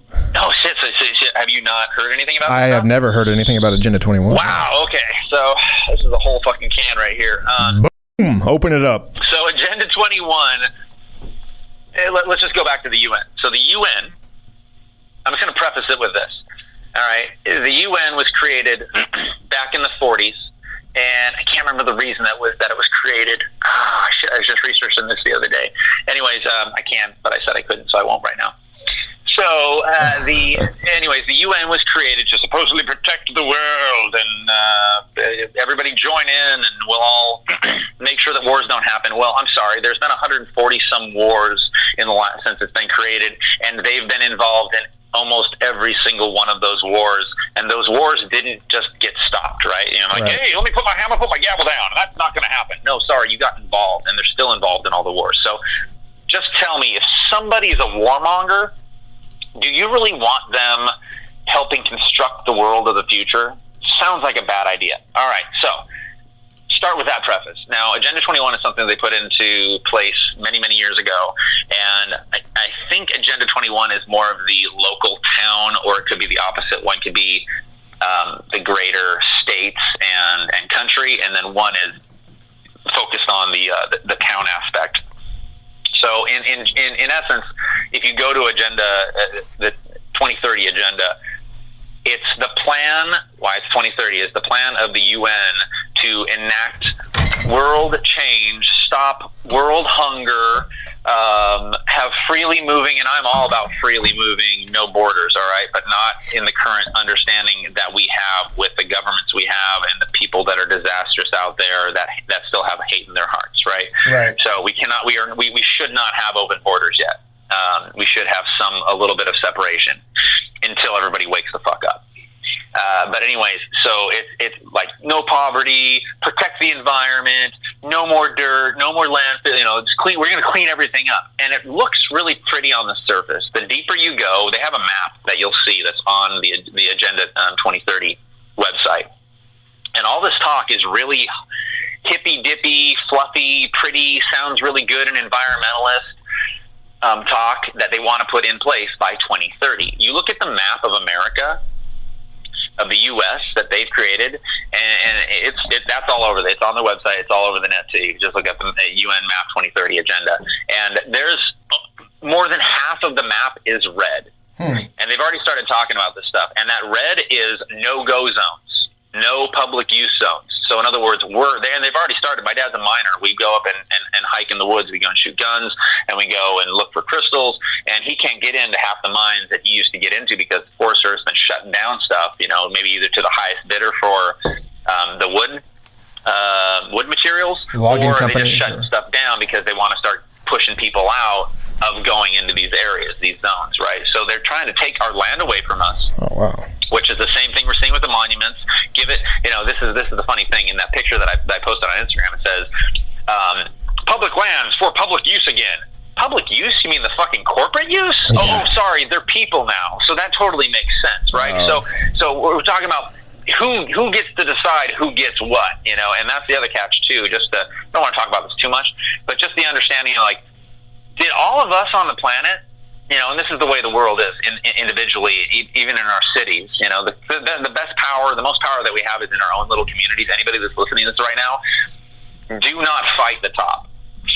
And don't fight your communities. Get involved in your communities. Get involved in your neighborhoods. Get involved in the people that are around you, because those are the only people you can actually make an effect on. And those are the people that matter. Those are the people that you need strength with and lock arms with, because when other people, larger cities, larger states, the federal government starts coming in, who the fuck are you going to rely on? Each other, right? So, and it doesn't need to be each man for himself. That's a total bullshit fucking thing. Yes, in the end, all you got is yourself. I digress to that thought. But we need each other. And so getting into the fact that they literally want to take away the land, they want to decide without our approval what the world's going to look like under a one world government. And you've seen it. You've seen Bush say it. You've seen Obama said it. All of them have said it. A new world order, whatever. I'm sorry, it's not fucking bullshit. The shit is happening. It's been a plan for a long fucking time that with the bankers, the Fed. This is a deep rabbit hole that goes way farther than we can even conceive of right now. But my big thing is, I don't want anybody in general in life deciding what I get to do. We are the ones that get to decide that, with, of course, regulations and certain laws put in place to protect each other from people that want to make bad decisions out there. Right. But I'm sorry, the UN, and it's going to be, it could get scary. I will say this, in the next 20 years, it can get very scary on this planet. And it can be very, like they say, it's always darkest before the dawn. But the fact is that they are not going to decide how this world turns out. People will not, and if I have anything to do with this, I will make sure that I join arms and hands with everybody else that wants to do something about it, and we make a stance, or we just make an impact to make sure that it doesn't go down a different dystopian future that we do not want. No one's going to decide that for us. And so that's really, you can read into it. It's a long document. People have interpreted it in their own words, which makes a lot of sense. Yeah, we want to end poverty, but we don't want somebody to decide how it happens. We don't want. Right. How many times has a government decided, well, we're just going to send people to the internment camp? We did it to the fucking Asians here. The Chinese in America, come work for us, and then we're going to throw you in an internment camp.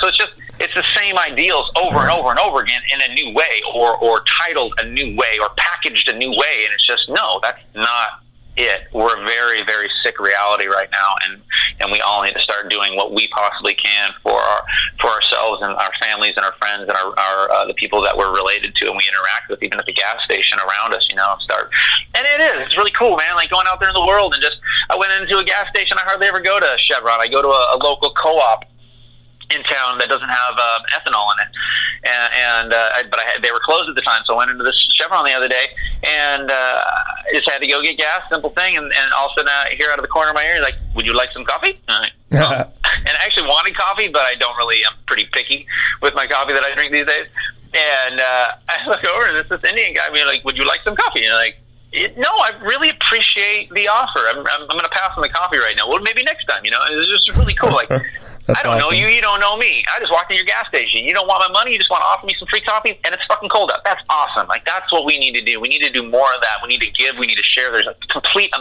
amazing amount of abundance around us 24/7 when you live in that understanding of it. And there really is, money should not be abundance. What you have, your heart, your love, your energy should be the abundance that we're able to share with each other. So just getting back to that, the whole Agenda 21 thing, it's crazy to look at what's happening out there in the world and the governments and all the stuff. That's all part of it.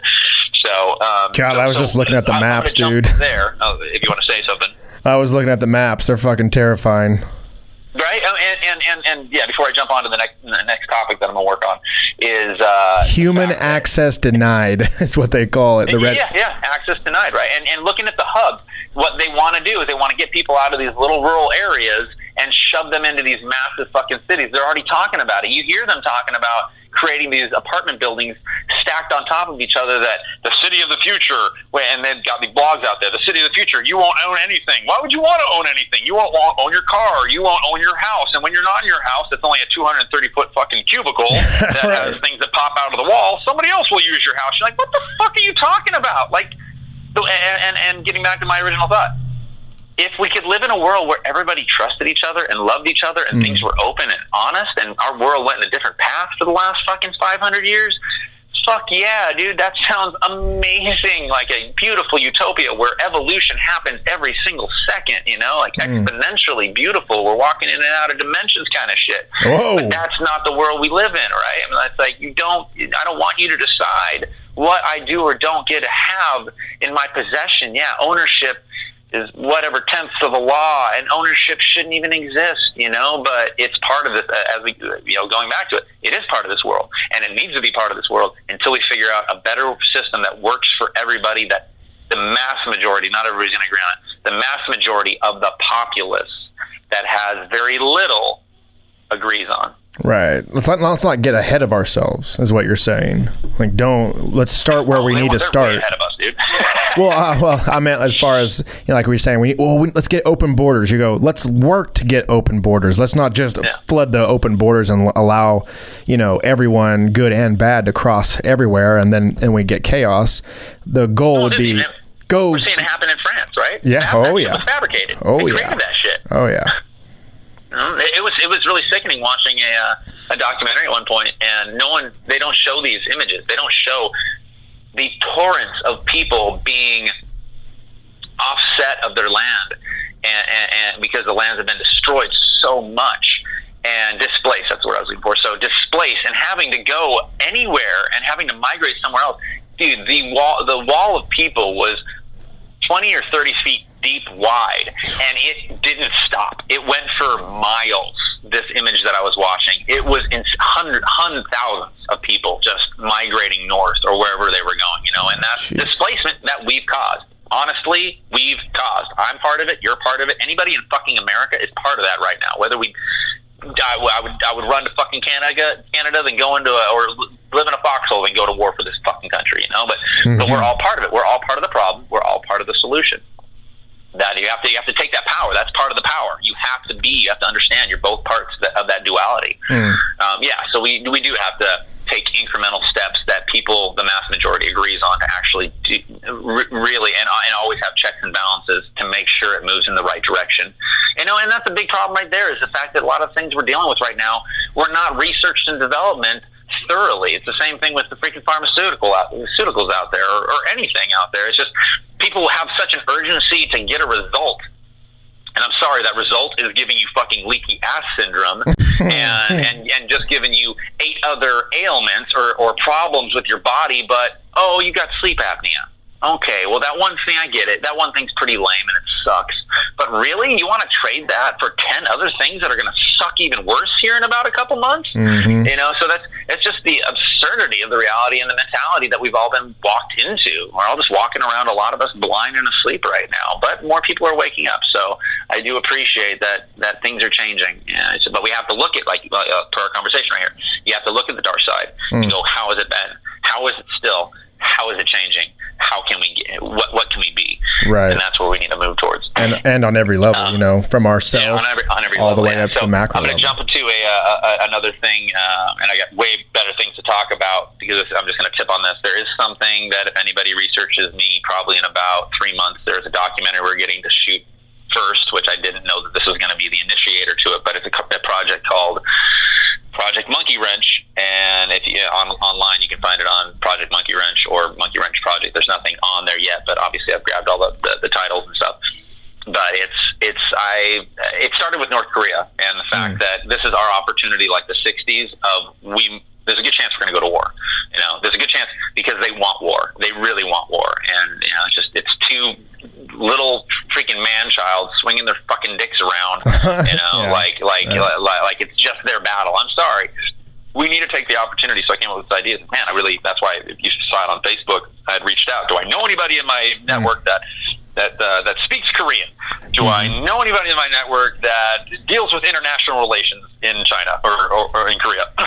And it was really important to get this understanding. Now, I didn't really make any moves with that, but just to get it out there and go, because you have to flush the idea out, right? You got to get the idea out, take some motions, and then it'll turn into what you want it to be. And it was just the idea of putting a video series out there because nothing's being said about it at all. No one's saying anything. If somebody beats me to it, freaking please do, because I want somebody to put something out there and be like, hey, you know, like the 60s, they did their marches.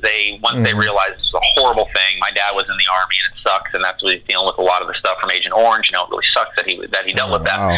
But that was a different time. They didn't know yet. Now we know. Anybody that gets in the fucking Army now, I'm sorry, I'm going to say it right now. If you think you're getting into the freaking Army, you're a dumb shit, because you obviously haven't thought about this hard. I don't care about if it's for money. That should not be your impetus. You should only fight for something when it's in your backyard, when it's affecting you directly. Why are these people going over there? They do not even know why. And all of them to come back usually get the money taken away from them, or they've got PTSI now. It was misdiagnosed as a disease. It's not. It's an illness. Or not an illness. It's an injury. And I know somebody that can heal that kind of stuff. There's some crazy things in my head. And just the fact that they're coming back and they're messed up, and then the government doesn't take care of them, right? So if you can't put all those pieces together, how many videos have you watched where an enlistment or a vet rips their freaking stars off and fucking hucks it into the crowd or at the wall? Like, this is bullshit. I can't believe people are still doing this, right? So we're just parts of the system, and it's up to us now to actually take a stand before we have to take a stand, right? And I want to put a video out or something that can get a campaign going and be like, and send it to North Korea. You know, put a campaign of a bunch of different walks of life going from a Muslim to a black to a white to a whatever, you know, like all of us stand side by side going like, this is not my war. This is not us. This is not my fight, you know, like North Korea, like, can you listen to us, Kim Jong-un? Like, you want to fight somebody? Fight this little dumb shit over here in the White House, all right? We have nothing to do with that. We Pay-per-view. have nothing. Yeah? Pay-per-view, Trump versus Kim Jong-un. I would pay for that. I mean, we'd all love to see that. Come on. We just have a freaking duel for one. Fight to the death. So good. Fight to the death. All right? Fight to the death, and the other one leaves the other one alone. That's I want it, like you know? Mad Max. Mad Max rules, where it was like in the dome. Seriously, dude. Seriously. So good. I mean, it's crazy to say this, be like, dude, if the guy, he's a crazy maniacal nutcase, and it is literally one of the most disastrous countries on the planet because the people are subjugated so fucking hard with such disparity. It really is excruciating. But, you know, and that's partly our fault as well, because when we pulled out of Vietnam, or the Korean War and all the stuff that happened, not Vietnam, it's a different time. So, but to see what happened there, it's like, if they want to have a nuclear warhead, let them fucking have one. You know, if that makes them feel protected, let them fucking have one. We have thousands All right. So where do we, because we're the police of the world, where do we come in going, we're right, we get to decide for? No, we don't. And that's why the Agenda 21 thing freaks me the fuck out. It's like, no one gets to decide for everybody else, even though we've got bases in every country and we do what we will, and fuck them. To push back really a little bit on that, like if America isn't that making the decisions, then who would? I guess is what I'm thinking. I'm kind of happy we are making the decision. I guess I'm happy on this. I'm on the same team that's making the decisions. Of course we are. Yeah. But as far as if we just go, okay, whatever, North Korea can have a nuke, we're gonna focus on something else. Well, I mean, I'm pretty sure South Korea is pretty thankful that we're at least somewhat involved. I don't want to go to war at all, but I mean, who does? No, Jocko Willink might want to go to war, but besides, I mean, not very many people will look forward to doing that sort of thing. But sometimes we have to do that, right? I mean, at some point there is a time to fight, I guess. There is a time to fight. When somebody wants to hurt other people, there is a time to fight. And those the things I'm saying right there are literally me playing devil's advocate and the ridiculous absurdity of this world that we live in right now. For somebody else to have, because we're excruciating hypocrites in that point. We got like 6,000 nuclear warheads. All right, I mean, right. We're saying that somebody else can't have one. Yeah, they're a fucking nut job. Well, look at our president; he's a fucking nut job too. So who are we to say this? Now, yeah, we don't want them hurting another country, but guess who were the only people that ever dropped a nuclear bomb on somebody? Us. Okay, so if anybody should be worried about anybody, they should be worried about us, right? Especially with this maniac in office. Oh, absolutely. So that's the catch right there. Like, you really have to look at both sides of the coin. And yeah, if they built a nuclear bomb and they wanted to launch this at us, I'm pretty sure we could knock it out of the sky, with our pinky, our freaking pinky toe. You'd think so. Yeah, they say so. That could be total bullshit. Who knows? I don't even fucking know if the world's fucking round. I've never been to space. I don't know a lot of this stuff, but and they build up a big wall around themselves. They're like, we are the best. Of course we are. Right. So I do believe the nuclear missile type of thing. But on top of that, it's literally if they want to hurt somebody next to them, it's like Pol Pot, somebody going in Germany. Yeah, somebody's going to start doing some shit. Now today, that wouldn't last long unless the grand prize is it helps us because there has been lots of genocide that has gone on.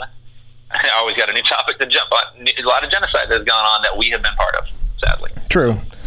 Including the natives, besides our own people. Right. So anyway, that's definitely not an isolated incident. I guess I would call that human nature. It's happened many times before. That's the saddest thing. I mean, I kind of wish it was an isolated incident and it's kind of be like whoops, we fucked up there, don't do that again. But it's happened many times before. The Mongols fucked up way harder than the Americans ever did. But I mean, and it goes back to just probably the BC era to where this tribe just comes in and floods this tribe out, and it's kind of written in our DNA, and that goes back to the whole good and evil. I mean, we're just kind of forever in this dance with each one of them as a human, and we're just doing the best we can. Now on this global scale that we're talking about, now we have these machines and these bombs and this technology that can literally wipe out life as we know it, and so it gets a little more complicated at that point. It's not just tribes throwing spears. It really does, and that's the catch right now, is that in the past, even though some people have known better, those words didn't last but a couple moments out of their mouth before their head was chopped off. Yeah, right. We are a much more civilized, evolved, woken up world today, and the mass majority of people don't want to fight, right? So back then there was less people. There was people that were in power. There were people that were way more gullible. So that contrast, the comparison is needed, but the contrast is completely out of hand because it really is like we can make moves so quickly now that, I mean, who knows? We might have a laser in fucking space. We might be done. Sorry, bye North Korea. Who knows? We don't know. We got they've got the Star Wars program. We don't know about it, but we've heard about it. Yeah. So who knows what's really going on out there?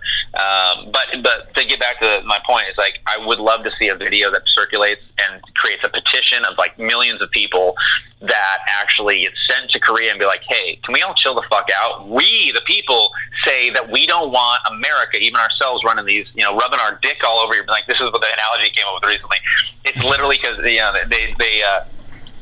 Obama said no twice, and then Trump said no, I don't want to negotiate with little man, little rocket man. And they're like, well, okay, but check it out, dude. Like, they keep saying, like, they keep on taking advances. Like, dude, you've literally pulled your dick out and you're rubbing it on its pants right now, on North Korea's pants. Put your fucking dick away and maybe give them a break for a week or two instead of running these exercises left and right, right? I mean, it's just, there's the hypocrisy again. So we have a lot of things to do, and the Project Monkey Wrench that I'm creating is literally to make, because we have so many videos out there, the AJs and the Now This and the great videos that are exposing things that are happening, but there's nothing being done, right? I mean, like, it's a rarity that you see a petition on its own, but something that shows the frequency of the statistics of how, like, our military spending.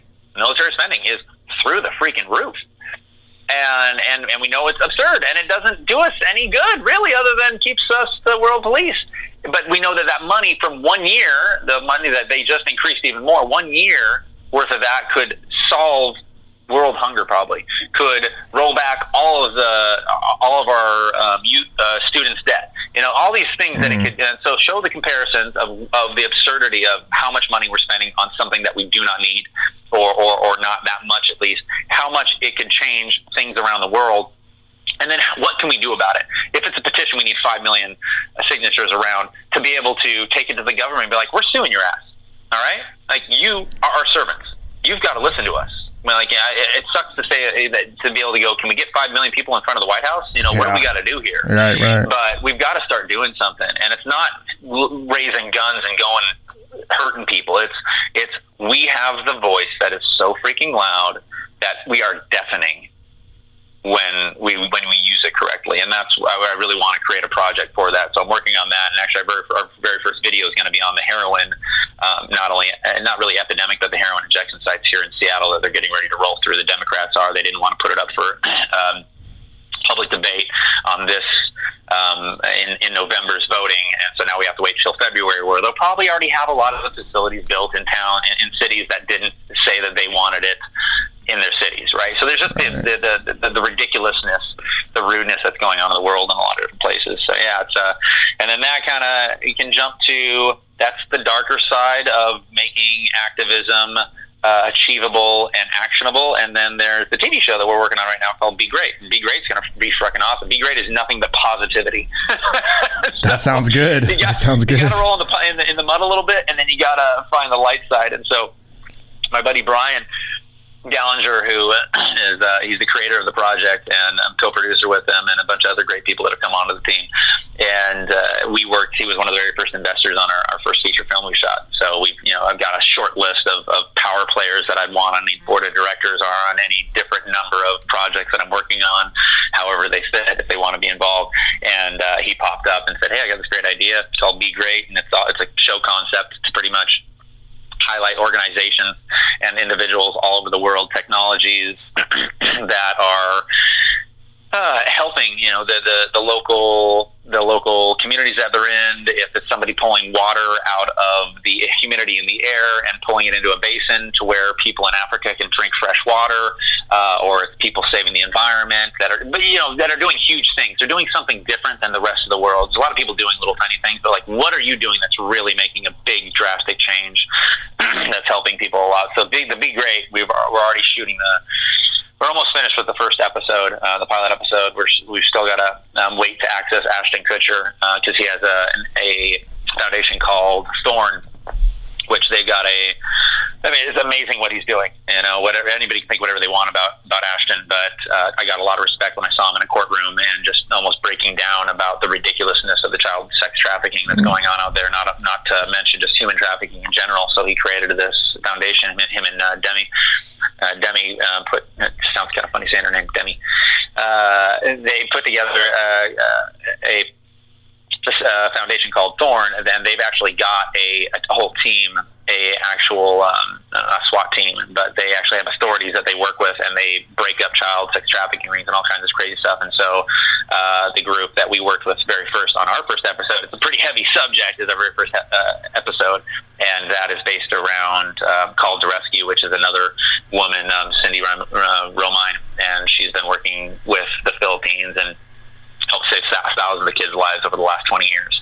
So it's really cool to, this is as deep as we go, and then there's also a lot of fluffy surface awesome stuff that's going to be going on too. So that's one of the other projects that I'm working on right now, besides working on cannabis and helping heal people around me. Talk a little bit about that. Well, first, to wrap up the videos, where are you going to post those so maybe the people that are listening can keep up with? Yeah, so we'll see what happens. Because I don't know, per what we're dealing with right now, I'll say this. They can find it at Monkey Wrench Project or Project Monkey Wrench on any social media sites, or at least Twitter, Facebook, and Instagram, the main ones that I use. And then obviously there'll be I need to get that today, the YouTube one. It's got the 2 Monkey Wrench crossbars. Yeah, right. Sorry. I won't post it till you get it. Yeah. So that, and obviously YouTube will be the main facility of that. And it's just interesting to be stepping into the realm, the work that I'm doing right now, a lot of the products and things that we're going to be rolling out with the cannabis stuff that I'll talk about here in a second, that we just went into business with, and structuring it to where it's not just throwing up random things. Like, it's really methodically thought out so that it has a bit of it just fits together, like, it's not just a bunch of random pictures, it's not just a bunch of random memes. Like, it actually has a feel like this is your site, this is what you're getting from this. Or if it's just like, you go to AJ or now this, they're not reposting a bunch of other crazy things from other people. They're just going, this is the stuff the content we're creating. So I've got to start creating memes and other social media stuff so I can start rolling that stuff out. So I will. You're giving me the initiative right now to really make sure that I get that done ASAP, because I do want to start having some content out there before we get the videos going. That will be happening very, very soon as well. That's awesome, dude. Yeah. And then, so there's that. Before we move to the cannabis, I was going to talk about the album. Where are you going to post that so people can download it and listen to it and stuff? So the album, we've got a little video on YouTube you can go check out. It should be on this week it should be on all major sites. I don't know how the algorithm works. There's a lot of bullshit going on with the whole Spotify and Rhapsody and Pandora. So hopefully if you search us on there, you'll be able to find us. I don't know how or we might pop up in a relatable station.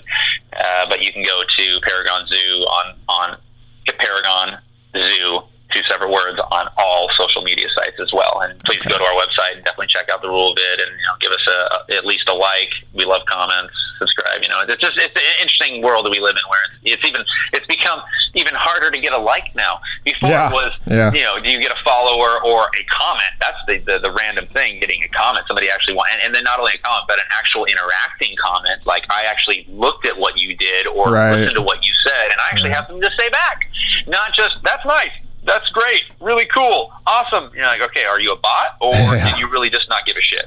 Yeah. But you gave a shit that much. So that's just putting that little thought in people's minds right now. The attention span is so short, but it means so much more when you take that one more second to actually make it mean something.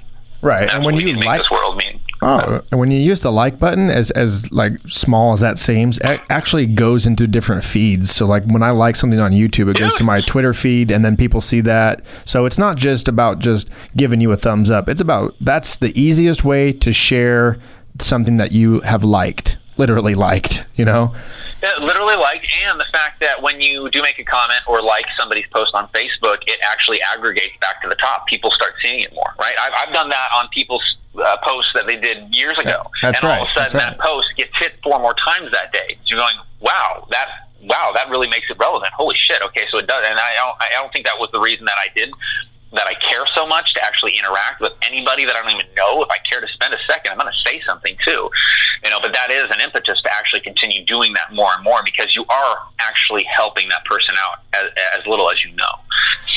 Yes, absolutely. And it's easy. It's click the like button, or hit share. And at the end of the day, it means fucking nothing, dude. Yeah. Social media is a fucking joke. This shit, if the whole world crumbles right now, what do you got? Yourself and the freaking physical things around you. That internet goes down, everything you just did, all those pretty pictures you just put, that you posted over and over and over yourself, doing duck face or from this angle, from that angle. Sorry, kids, all right?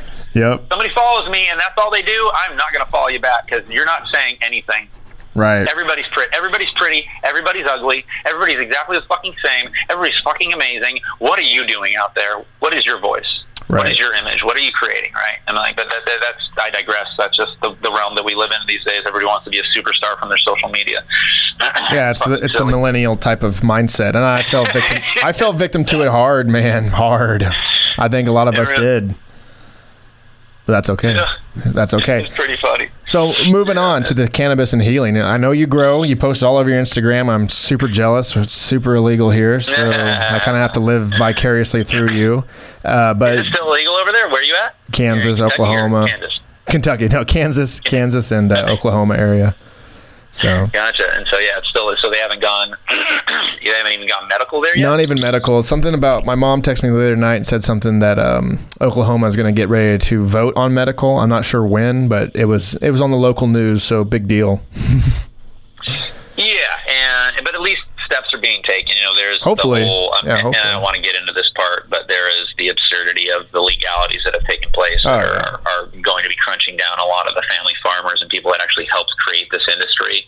They're not protected.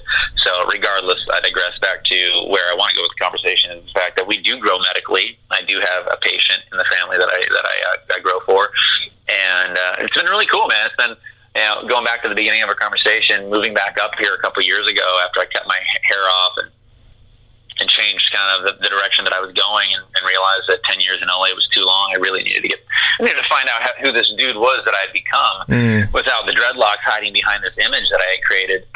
And so I moved back home and to kind of reset, just figure out what I wanted to do. I ended up staying up here a lot longer than I expected, and it gave me the time. Just moving from LA, it's so interesting to see the difference in the speed of life that happens down there, and you were there. So the speed of life that people have down there, everybody's so, and we're all selfish at some point, and you need to be. Life is a selfish thing, it really is, but you don't have to be overtly selfish. But down there, everybody's got their tunnel vision, their directive that they have to meet so much every damn day that even sitting down, if you start having a great conversation with somebody on a park bench and you're waiting for a bus or you're waiting for an audition or something, the second that you even see a number or something clicks, you're having a great deep conversation and cool, bye, later. You know, like, did you stop to say thank you? Did you stop to say, hey, I'd love to continue this conversation? Are you on social media? Can I get your number?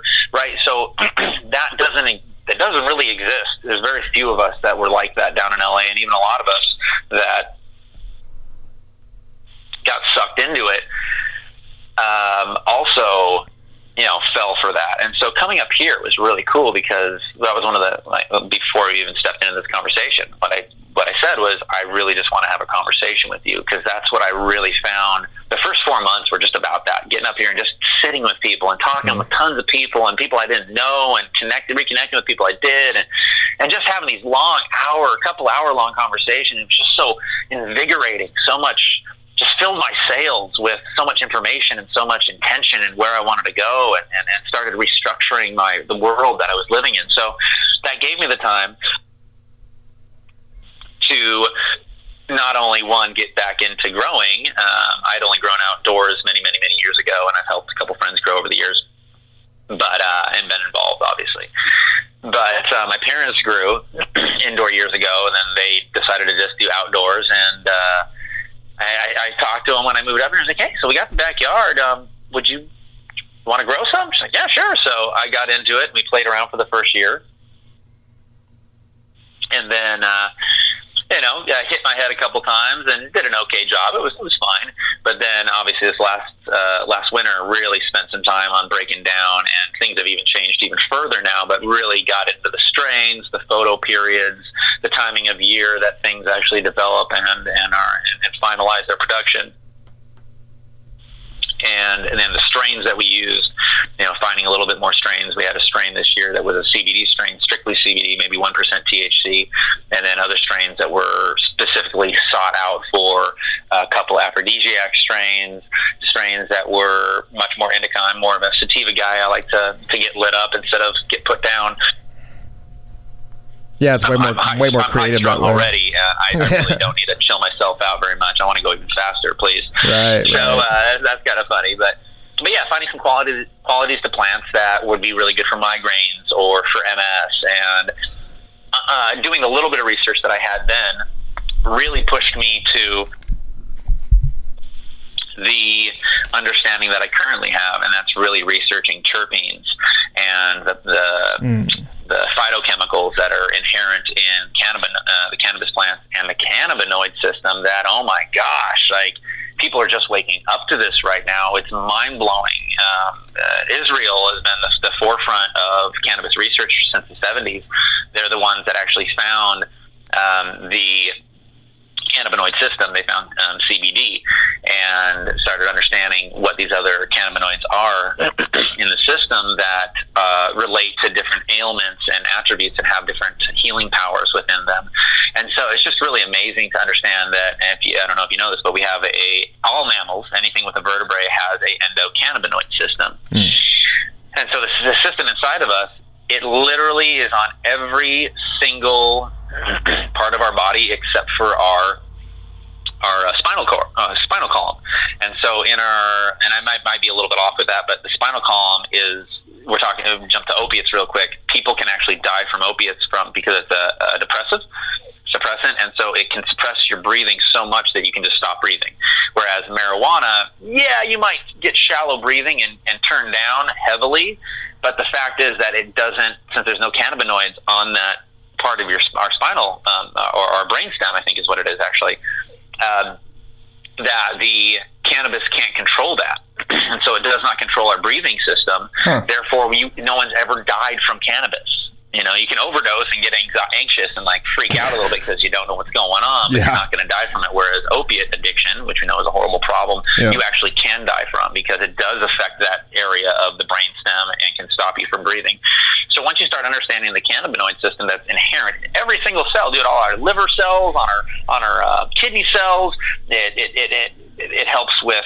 It runs literally throughout all of our nervous system. It helps with the two-way communication. And actually, when you have inflammation, when anybody gets inflammation, what's happening is that there is something happening at the source.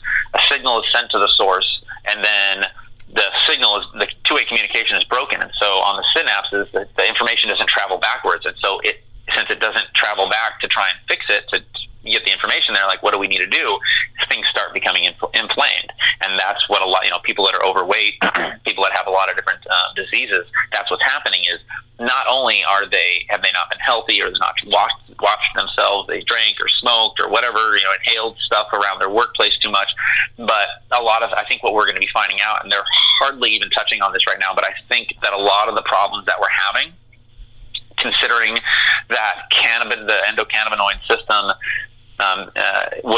is not even taught in schools for medical, right? Since it's not even shared yet. They're just started, like UCLA just got their very first program down there to actually have a cannabis program to teach people about that. They're going to start finding out that it's a lack thereof cannabinoids, a decrease in the cannabinoids that we naturally create through foods that we have in our bodies, or that we eat, foods that we have in our bodies, foods that we eat, and other processes that happen in our bodies, we create when we're in a homeostasis environment and in balance with our bodies and the environment, that we actually create enough of what we need. But I have a feeling that we're going to really find out that it's a ECS, endocannabinoid system. I can't remember the other word. Ethan Russo just coined the term, but it's a kind of not a degenerative disease, but it's a lack thereof. It's an issue that's happening in that system, and so I think it might just be ECSD, endocannabinoid system disease. But they're going to really start seeing that's the thing, and so you could eat a lot of these other things, but if we administer cannabinoids to your system, CBDs, THCs, whatever it is, other cannabinoids, that you can start refilling those receptors, and the two-way communication can start happening, and your body can get back into homeostasis. So I'm super excited about the science about it. I've always had a scientific mind, but I'm pretty much putting myself through school right now, watching all these conferences and hemp talks and everything I can soak myself up with. a really good series that just came out. Sadly, they're generating money, but I'm sure they're going to put it back in, so I'm sure it's a great thing. But it's sad when people share knowledge and they want money for it personally. But they have a really great a video series that just came out that I learned a ton from. A lot of dots got connected, called The Sacred Plant.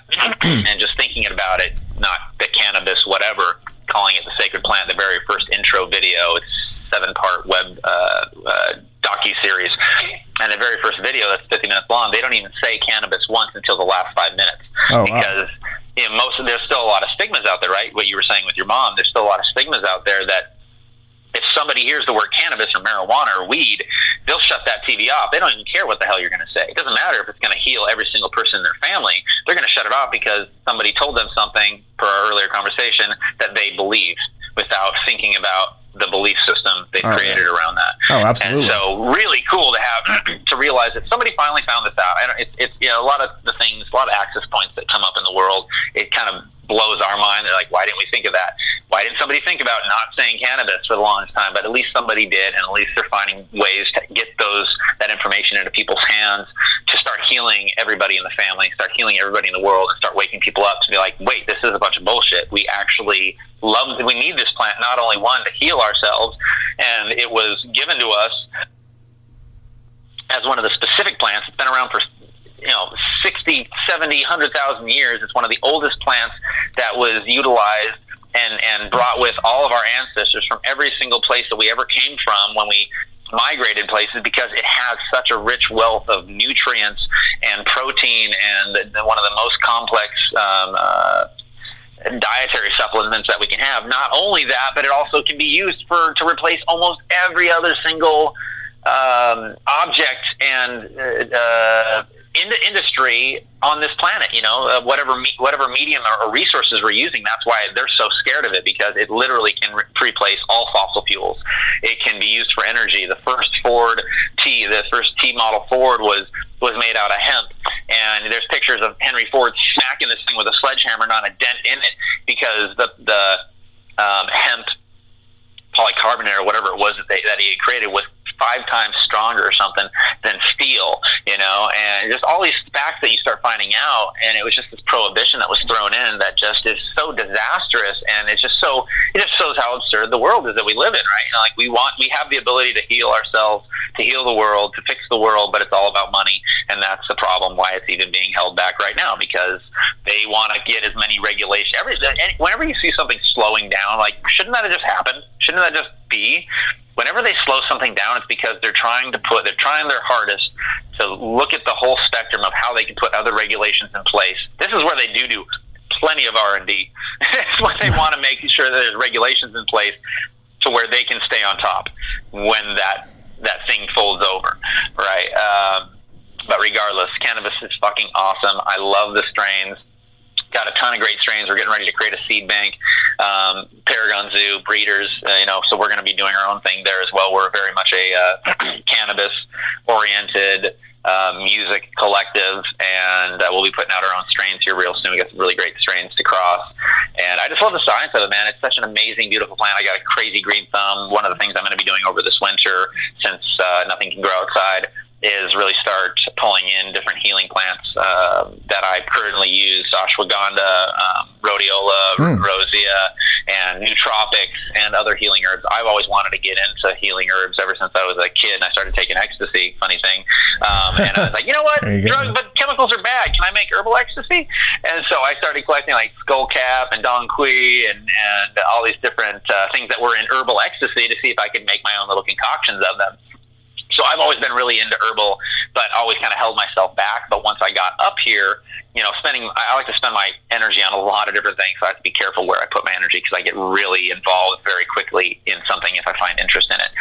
That's why I've gotten involved in so many things. And I'm not a master of any yet, but I am definitely working on mastering plants, or not mastering them, but mastering understanding them a little bit better, so I can actually heal people more potential, with more potential. And so it's just really cool stuff that I've taken for a long time. I've researched Alzheimer's in the last year. I'm working with diabetes right now. I'm helping the family member right now with melanoma. She just got diagnosed with stage 4, so we're already getting her on cannabis juice, fresh squeezed cannabis juice. And then reishi mushrooms is one of the things that I helped my dad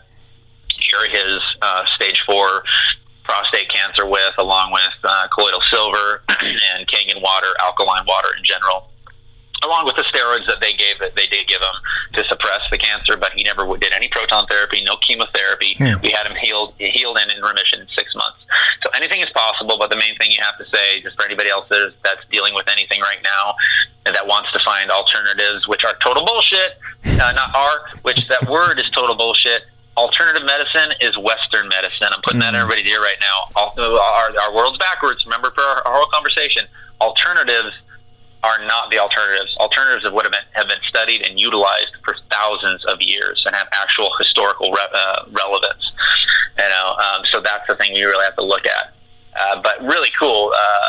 Within 6 months, between the steroids that they gave him to suppress the cancer growth and keeping him off sugar and getting him on reishi mushrooms that are one of the most powerful cancer cures across the board and are amazing immune stimulators and rehabilitators, that my buddy, which I'll talk about in a second, healed his cancer with as well after he went through chemo, then did the RSO, which is Rick Simpson's oil, and then found reishi mushrooms. And so now he's a big, fungus geek, that we're going into business together on multiple products that we'll be rolling out here real soon. So that was really cool, helping my dad heal with that. And then, finding the stuff that actually works for the individual. And what I wanted to say, based on all this stuff, was going to the person and saying that out of all of this, yes, we helped people heal certain things, but at the end of the day, and I had mentioned this earlier I think I mentioned placebo, our mind's power, our brain's power is so mind-boggling powerful. It's so ridiculous, the frequency and the energy that we can create and how we can heal people, with our hands, with ourselves, if we really want to put the intention there.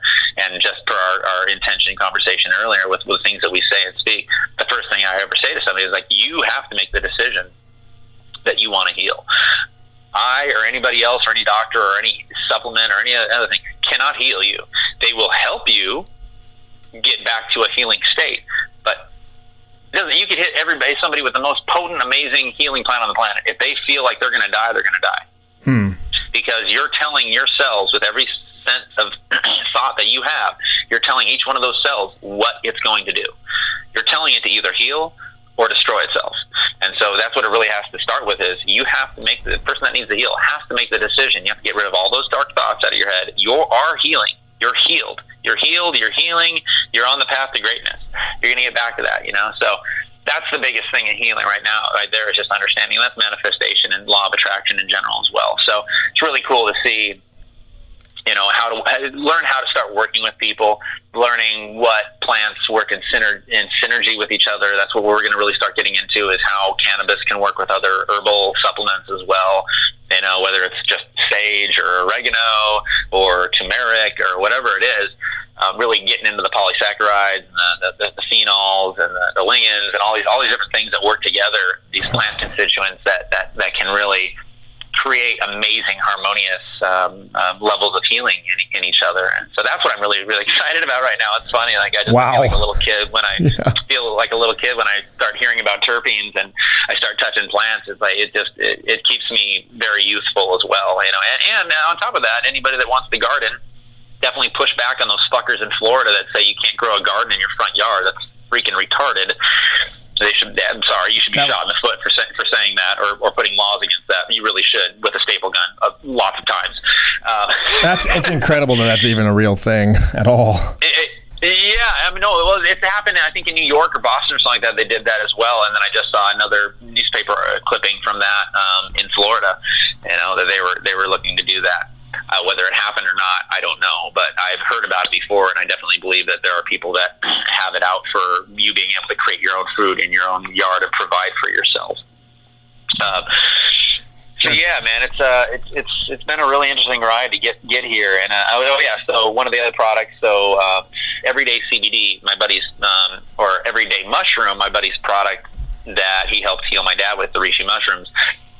We just went into business, a family business. Me and my parents just invested in his company, and now we're rolling out Everyday CBD gummies. So we'll have Everyday CBD gummies that have 20 milligrams of CBDs in them. We'll be rolling that product out as soon as we get it, sometime this week, and then get the labels on it. So we're working with the natives in the area. There's a lot of really great things. We got a bunch of other products that are cannabis-based that are cannabinoid and cannabis-based products that we'll be sharing with people. And CBDs, I'm just going to share this. CBDs are not illegal.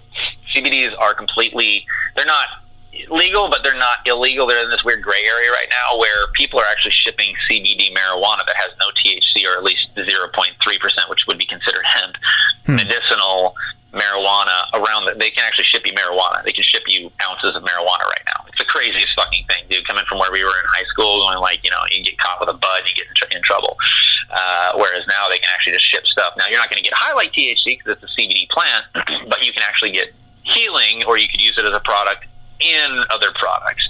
So if I just put a post out on Facebook the other day, and they said, "Hey, where does this flow gel? Can I get it in my state? It's illegal over here." And I said, "Well, it's CBD, so it's not illegal. I could literally drive this to you right now across multiple state borders and not get in trouble because it hasn't been." Because they got a fucking patent on it, the government has a patent on CBD. So if they got a patent on it, I think that shit's legal. Yeah, right. Suck it up, guys. All right. Man, that's crazy. You just steamrolled me on all that. There's a lot going on, but that's really, really cool. And I think you're taking full advantage of the position that you're in. I would love to be part of something like that. And I guess I could do the mushrooms and stuff because they're, medicinal as well as culinary purpose to them. But as far as like all the cannabis growing and getting to cross different breeds, I mean, that's reserved for very few people in America, such as yourself. So it gets really deep. It really does.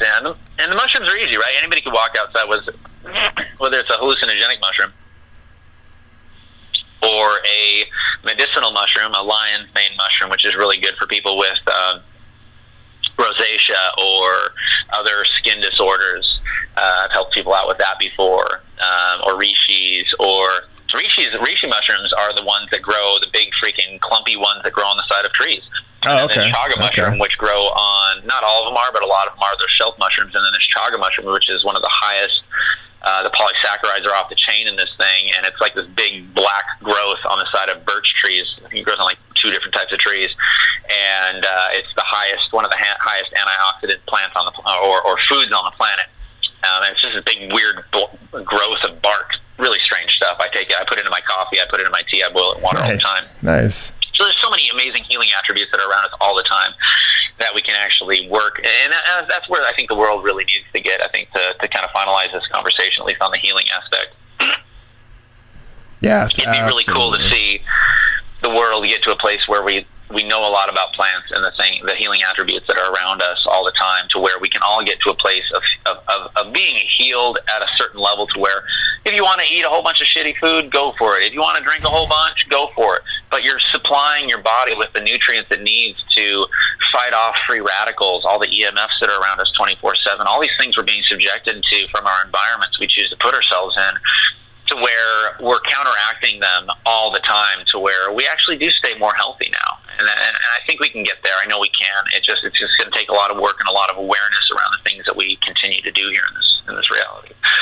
Oh yeah, absolutely. But that's going to come from people like you. People keeping other people aware, the ones that are most passionate, the ones that will go the deepest, the furthest, to set the trends and the limits for everyone else. And sharing, if I can get in anybody's ear, sharing everything that you have unconditionally and openly with as many people as possible. Obviously, if you got an idea that's going to make you some money or benefit your life, and if somebody else hears about it, they could, this is how the world works. You got a cool idea. Ideas pop out of the universe all the time. I think it's like, it's like fishing for a fish. Right. They're all there. It's just who has the best fishing pole, who has the money, the wherewithal, whatever it is, to actually get to that idea first. They're the ones that are going to get the credit for it or make the most money. So, but it's an idea like that. Definitely keep it to yourself, develop it, and get it out there as quick as you can. But when it comes to information, when it comes to knowledge, consciousness, awareness, wisdom, healing, wisdom, love, happiness, all those things, share it unconditionally as much as you possibly can, man, because it's such an important thing, and we can grow exponentially when we actually get in that mode of being. It's really important. Yeah, I totally agree. Wow, Azmyth, it's been fascinating talking to you, listening to you, all the things that you've been a part of and all the things that you are a part of. So if people wanted to follow you to keep up with all the projects, I mean, you got an Instagram, are you doing Twitter, Facebook, anything like that? Yeah, there are other platforms that we, of course, will be on, but the main ones that I care about are definitely Facebook. Instagram is my favorite. That's the one I'm most interactive on, and then Twitter. And I definitely would love. I love, like I said, I love people. I want to work with as many people as possible. I love ideas. I love interacting with people. So please, share your stories. Share something with us. If I can help any way, I possibly will. I'm really open with my time. I'm probably too open. I love to share with people, and I love to heal people any way I can. Whether it's advice or knowledge on the stuff that we've talked about. But yeah, just check me out. You can either find me at just Azmyth Unofficial, or Azmyth Kaminski across all boards, and a lot of those things link up with the other things that I'm doing right there. Absolutely. So we got the Be Great Show on all those profiles as well. That should be developed here shortly. The Monkey Wrench Project, or Project Monkey Wrench. Paragon Zoo for our music stuff, which please go check it out if you like rap, you like hip-hop, you like conscious music. That's a little bit more mainstream but very underground. We got some amazing things to bring to light here. And yeah, man, I want to meet everybody I possibly can, and I want to share as much as I can with the world. So I really appreciate this interview with you and knowing you for as long as I have, and this was a lot of fun. Yeah, it was absolutely a lot of fun, and it's just good to hear you, good to get an update from what you've been doing. I mean, it's been a while. You've just been kind of a social media post on my phone, so it's good to hear your voice and get updated and get inside your mind a little bit about what you think about current situations and all the stuff that you're into. So it's really, really good to talk to you. Let's do it again. Definitely. And one last thing, if I could ask anybody, it was my birthday yesterday on the 12th. Happy birthday. Whenever this was released. So if I could ask anybody to do one thing, it would be to go find Paragon Zoo, go to our YouTube channel and our other profiles, and just, like our rules video, leave a comment, subscribe if you can, or just like the songs. SoundCloud, obviously hit us up on SoundCloud. That's a big one right there. Share and like and comment on SoundCloud on any of those tracks you possibly can, and share it with your friends. And hopefully people will just like the music in general, and they won't even have to listen to what I'm saying right here. Hopefully it'll just be natural, and it'll roll out, and it'll hit the big time. We're both really good people. We share a lot with everybody around us, and we definitely have a lot of ideas that are not just for ourselves to make some money and get on a big stage. It's to really help working with this world. So the more you help us, the more we can help you. Yeah, absolutely. I can vouch for that, especially with Azmyth. I can vouch. Everything you just said is 100% true. So, alrighty, buddy. It was good talking to you. Cheers, bud. Cheers. Have a great day. You too, man. Go do some great things out there. 24/7. I'll talk to you soon. One of my favorite people on planet Earth, Azmyth. Good dude. And I love catching up with him, and I love kind of hearing what he's into, because that cat is into just about everything. So thank you for listening to today's episode. We'll bring more episodes. We have a podcast in the works. Actually, we already recorded it. But the podcast actually is... bag of dicks, and it was a long history on that. But anyway, when we dub a podcast a bodcast or a BOD cast, it just means that we didn't try. We just drank a lot and giggled a lot and had a good time. It's really fun for us. If you listen along and laugh, great. This whole podcast thing we're just experimenting with, or I'm just experimenting with. SciFi and Friends is still, learning what it is or who it is, and podcasts are fun. So the podcast coming your way, and then we'll have more guests on next week. So thanks for listening, and have a great weekend. Peace.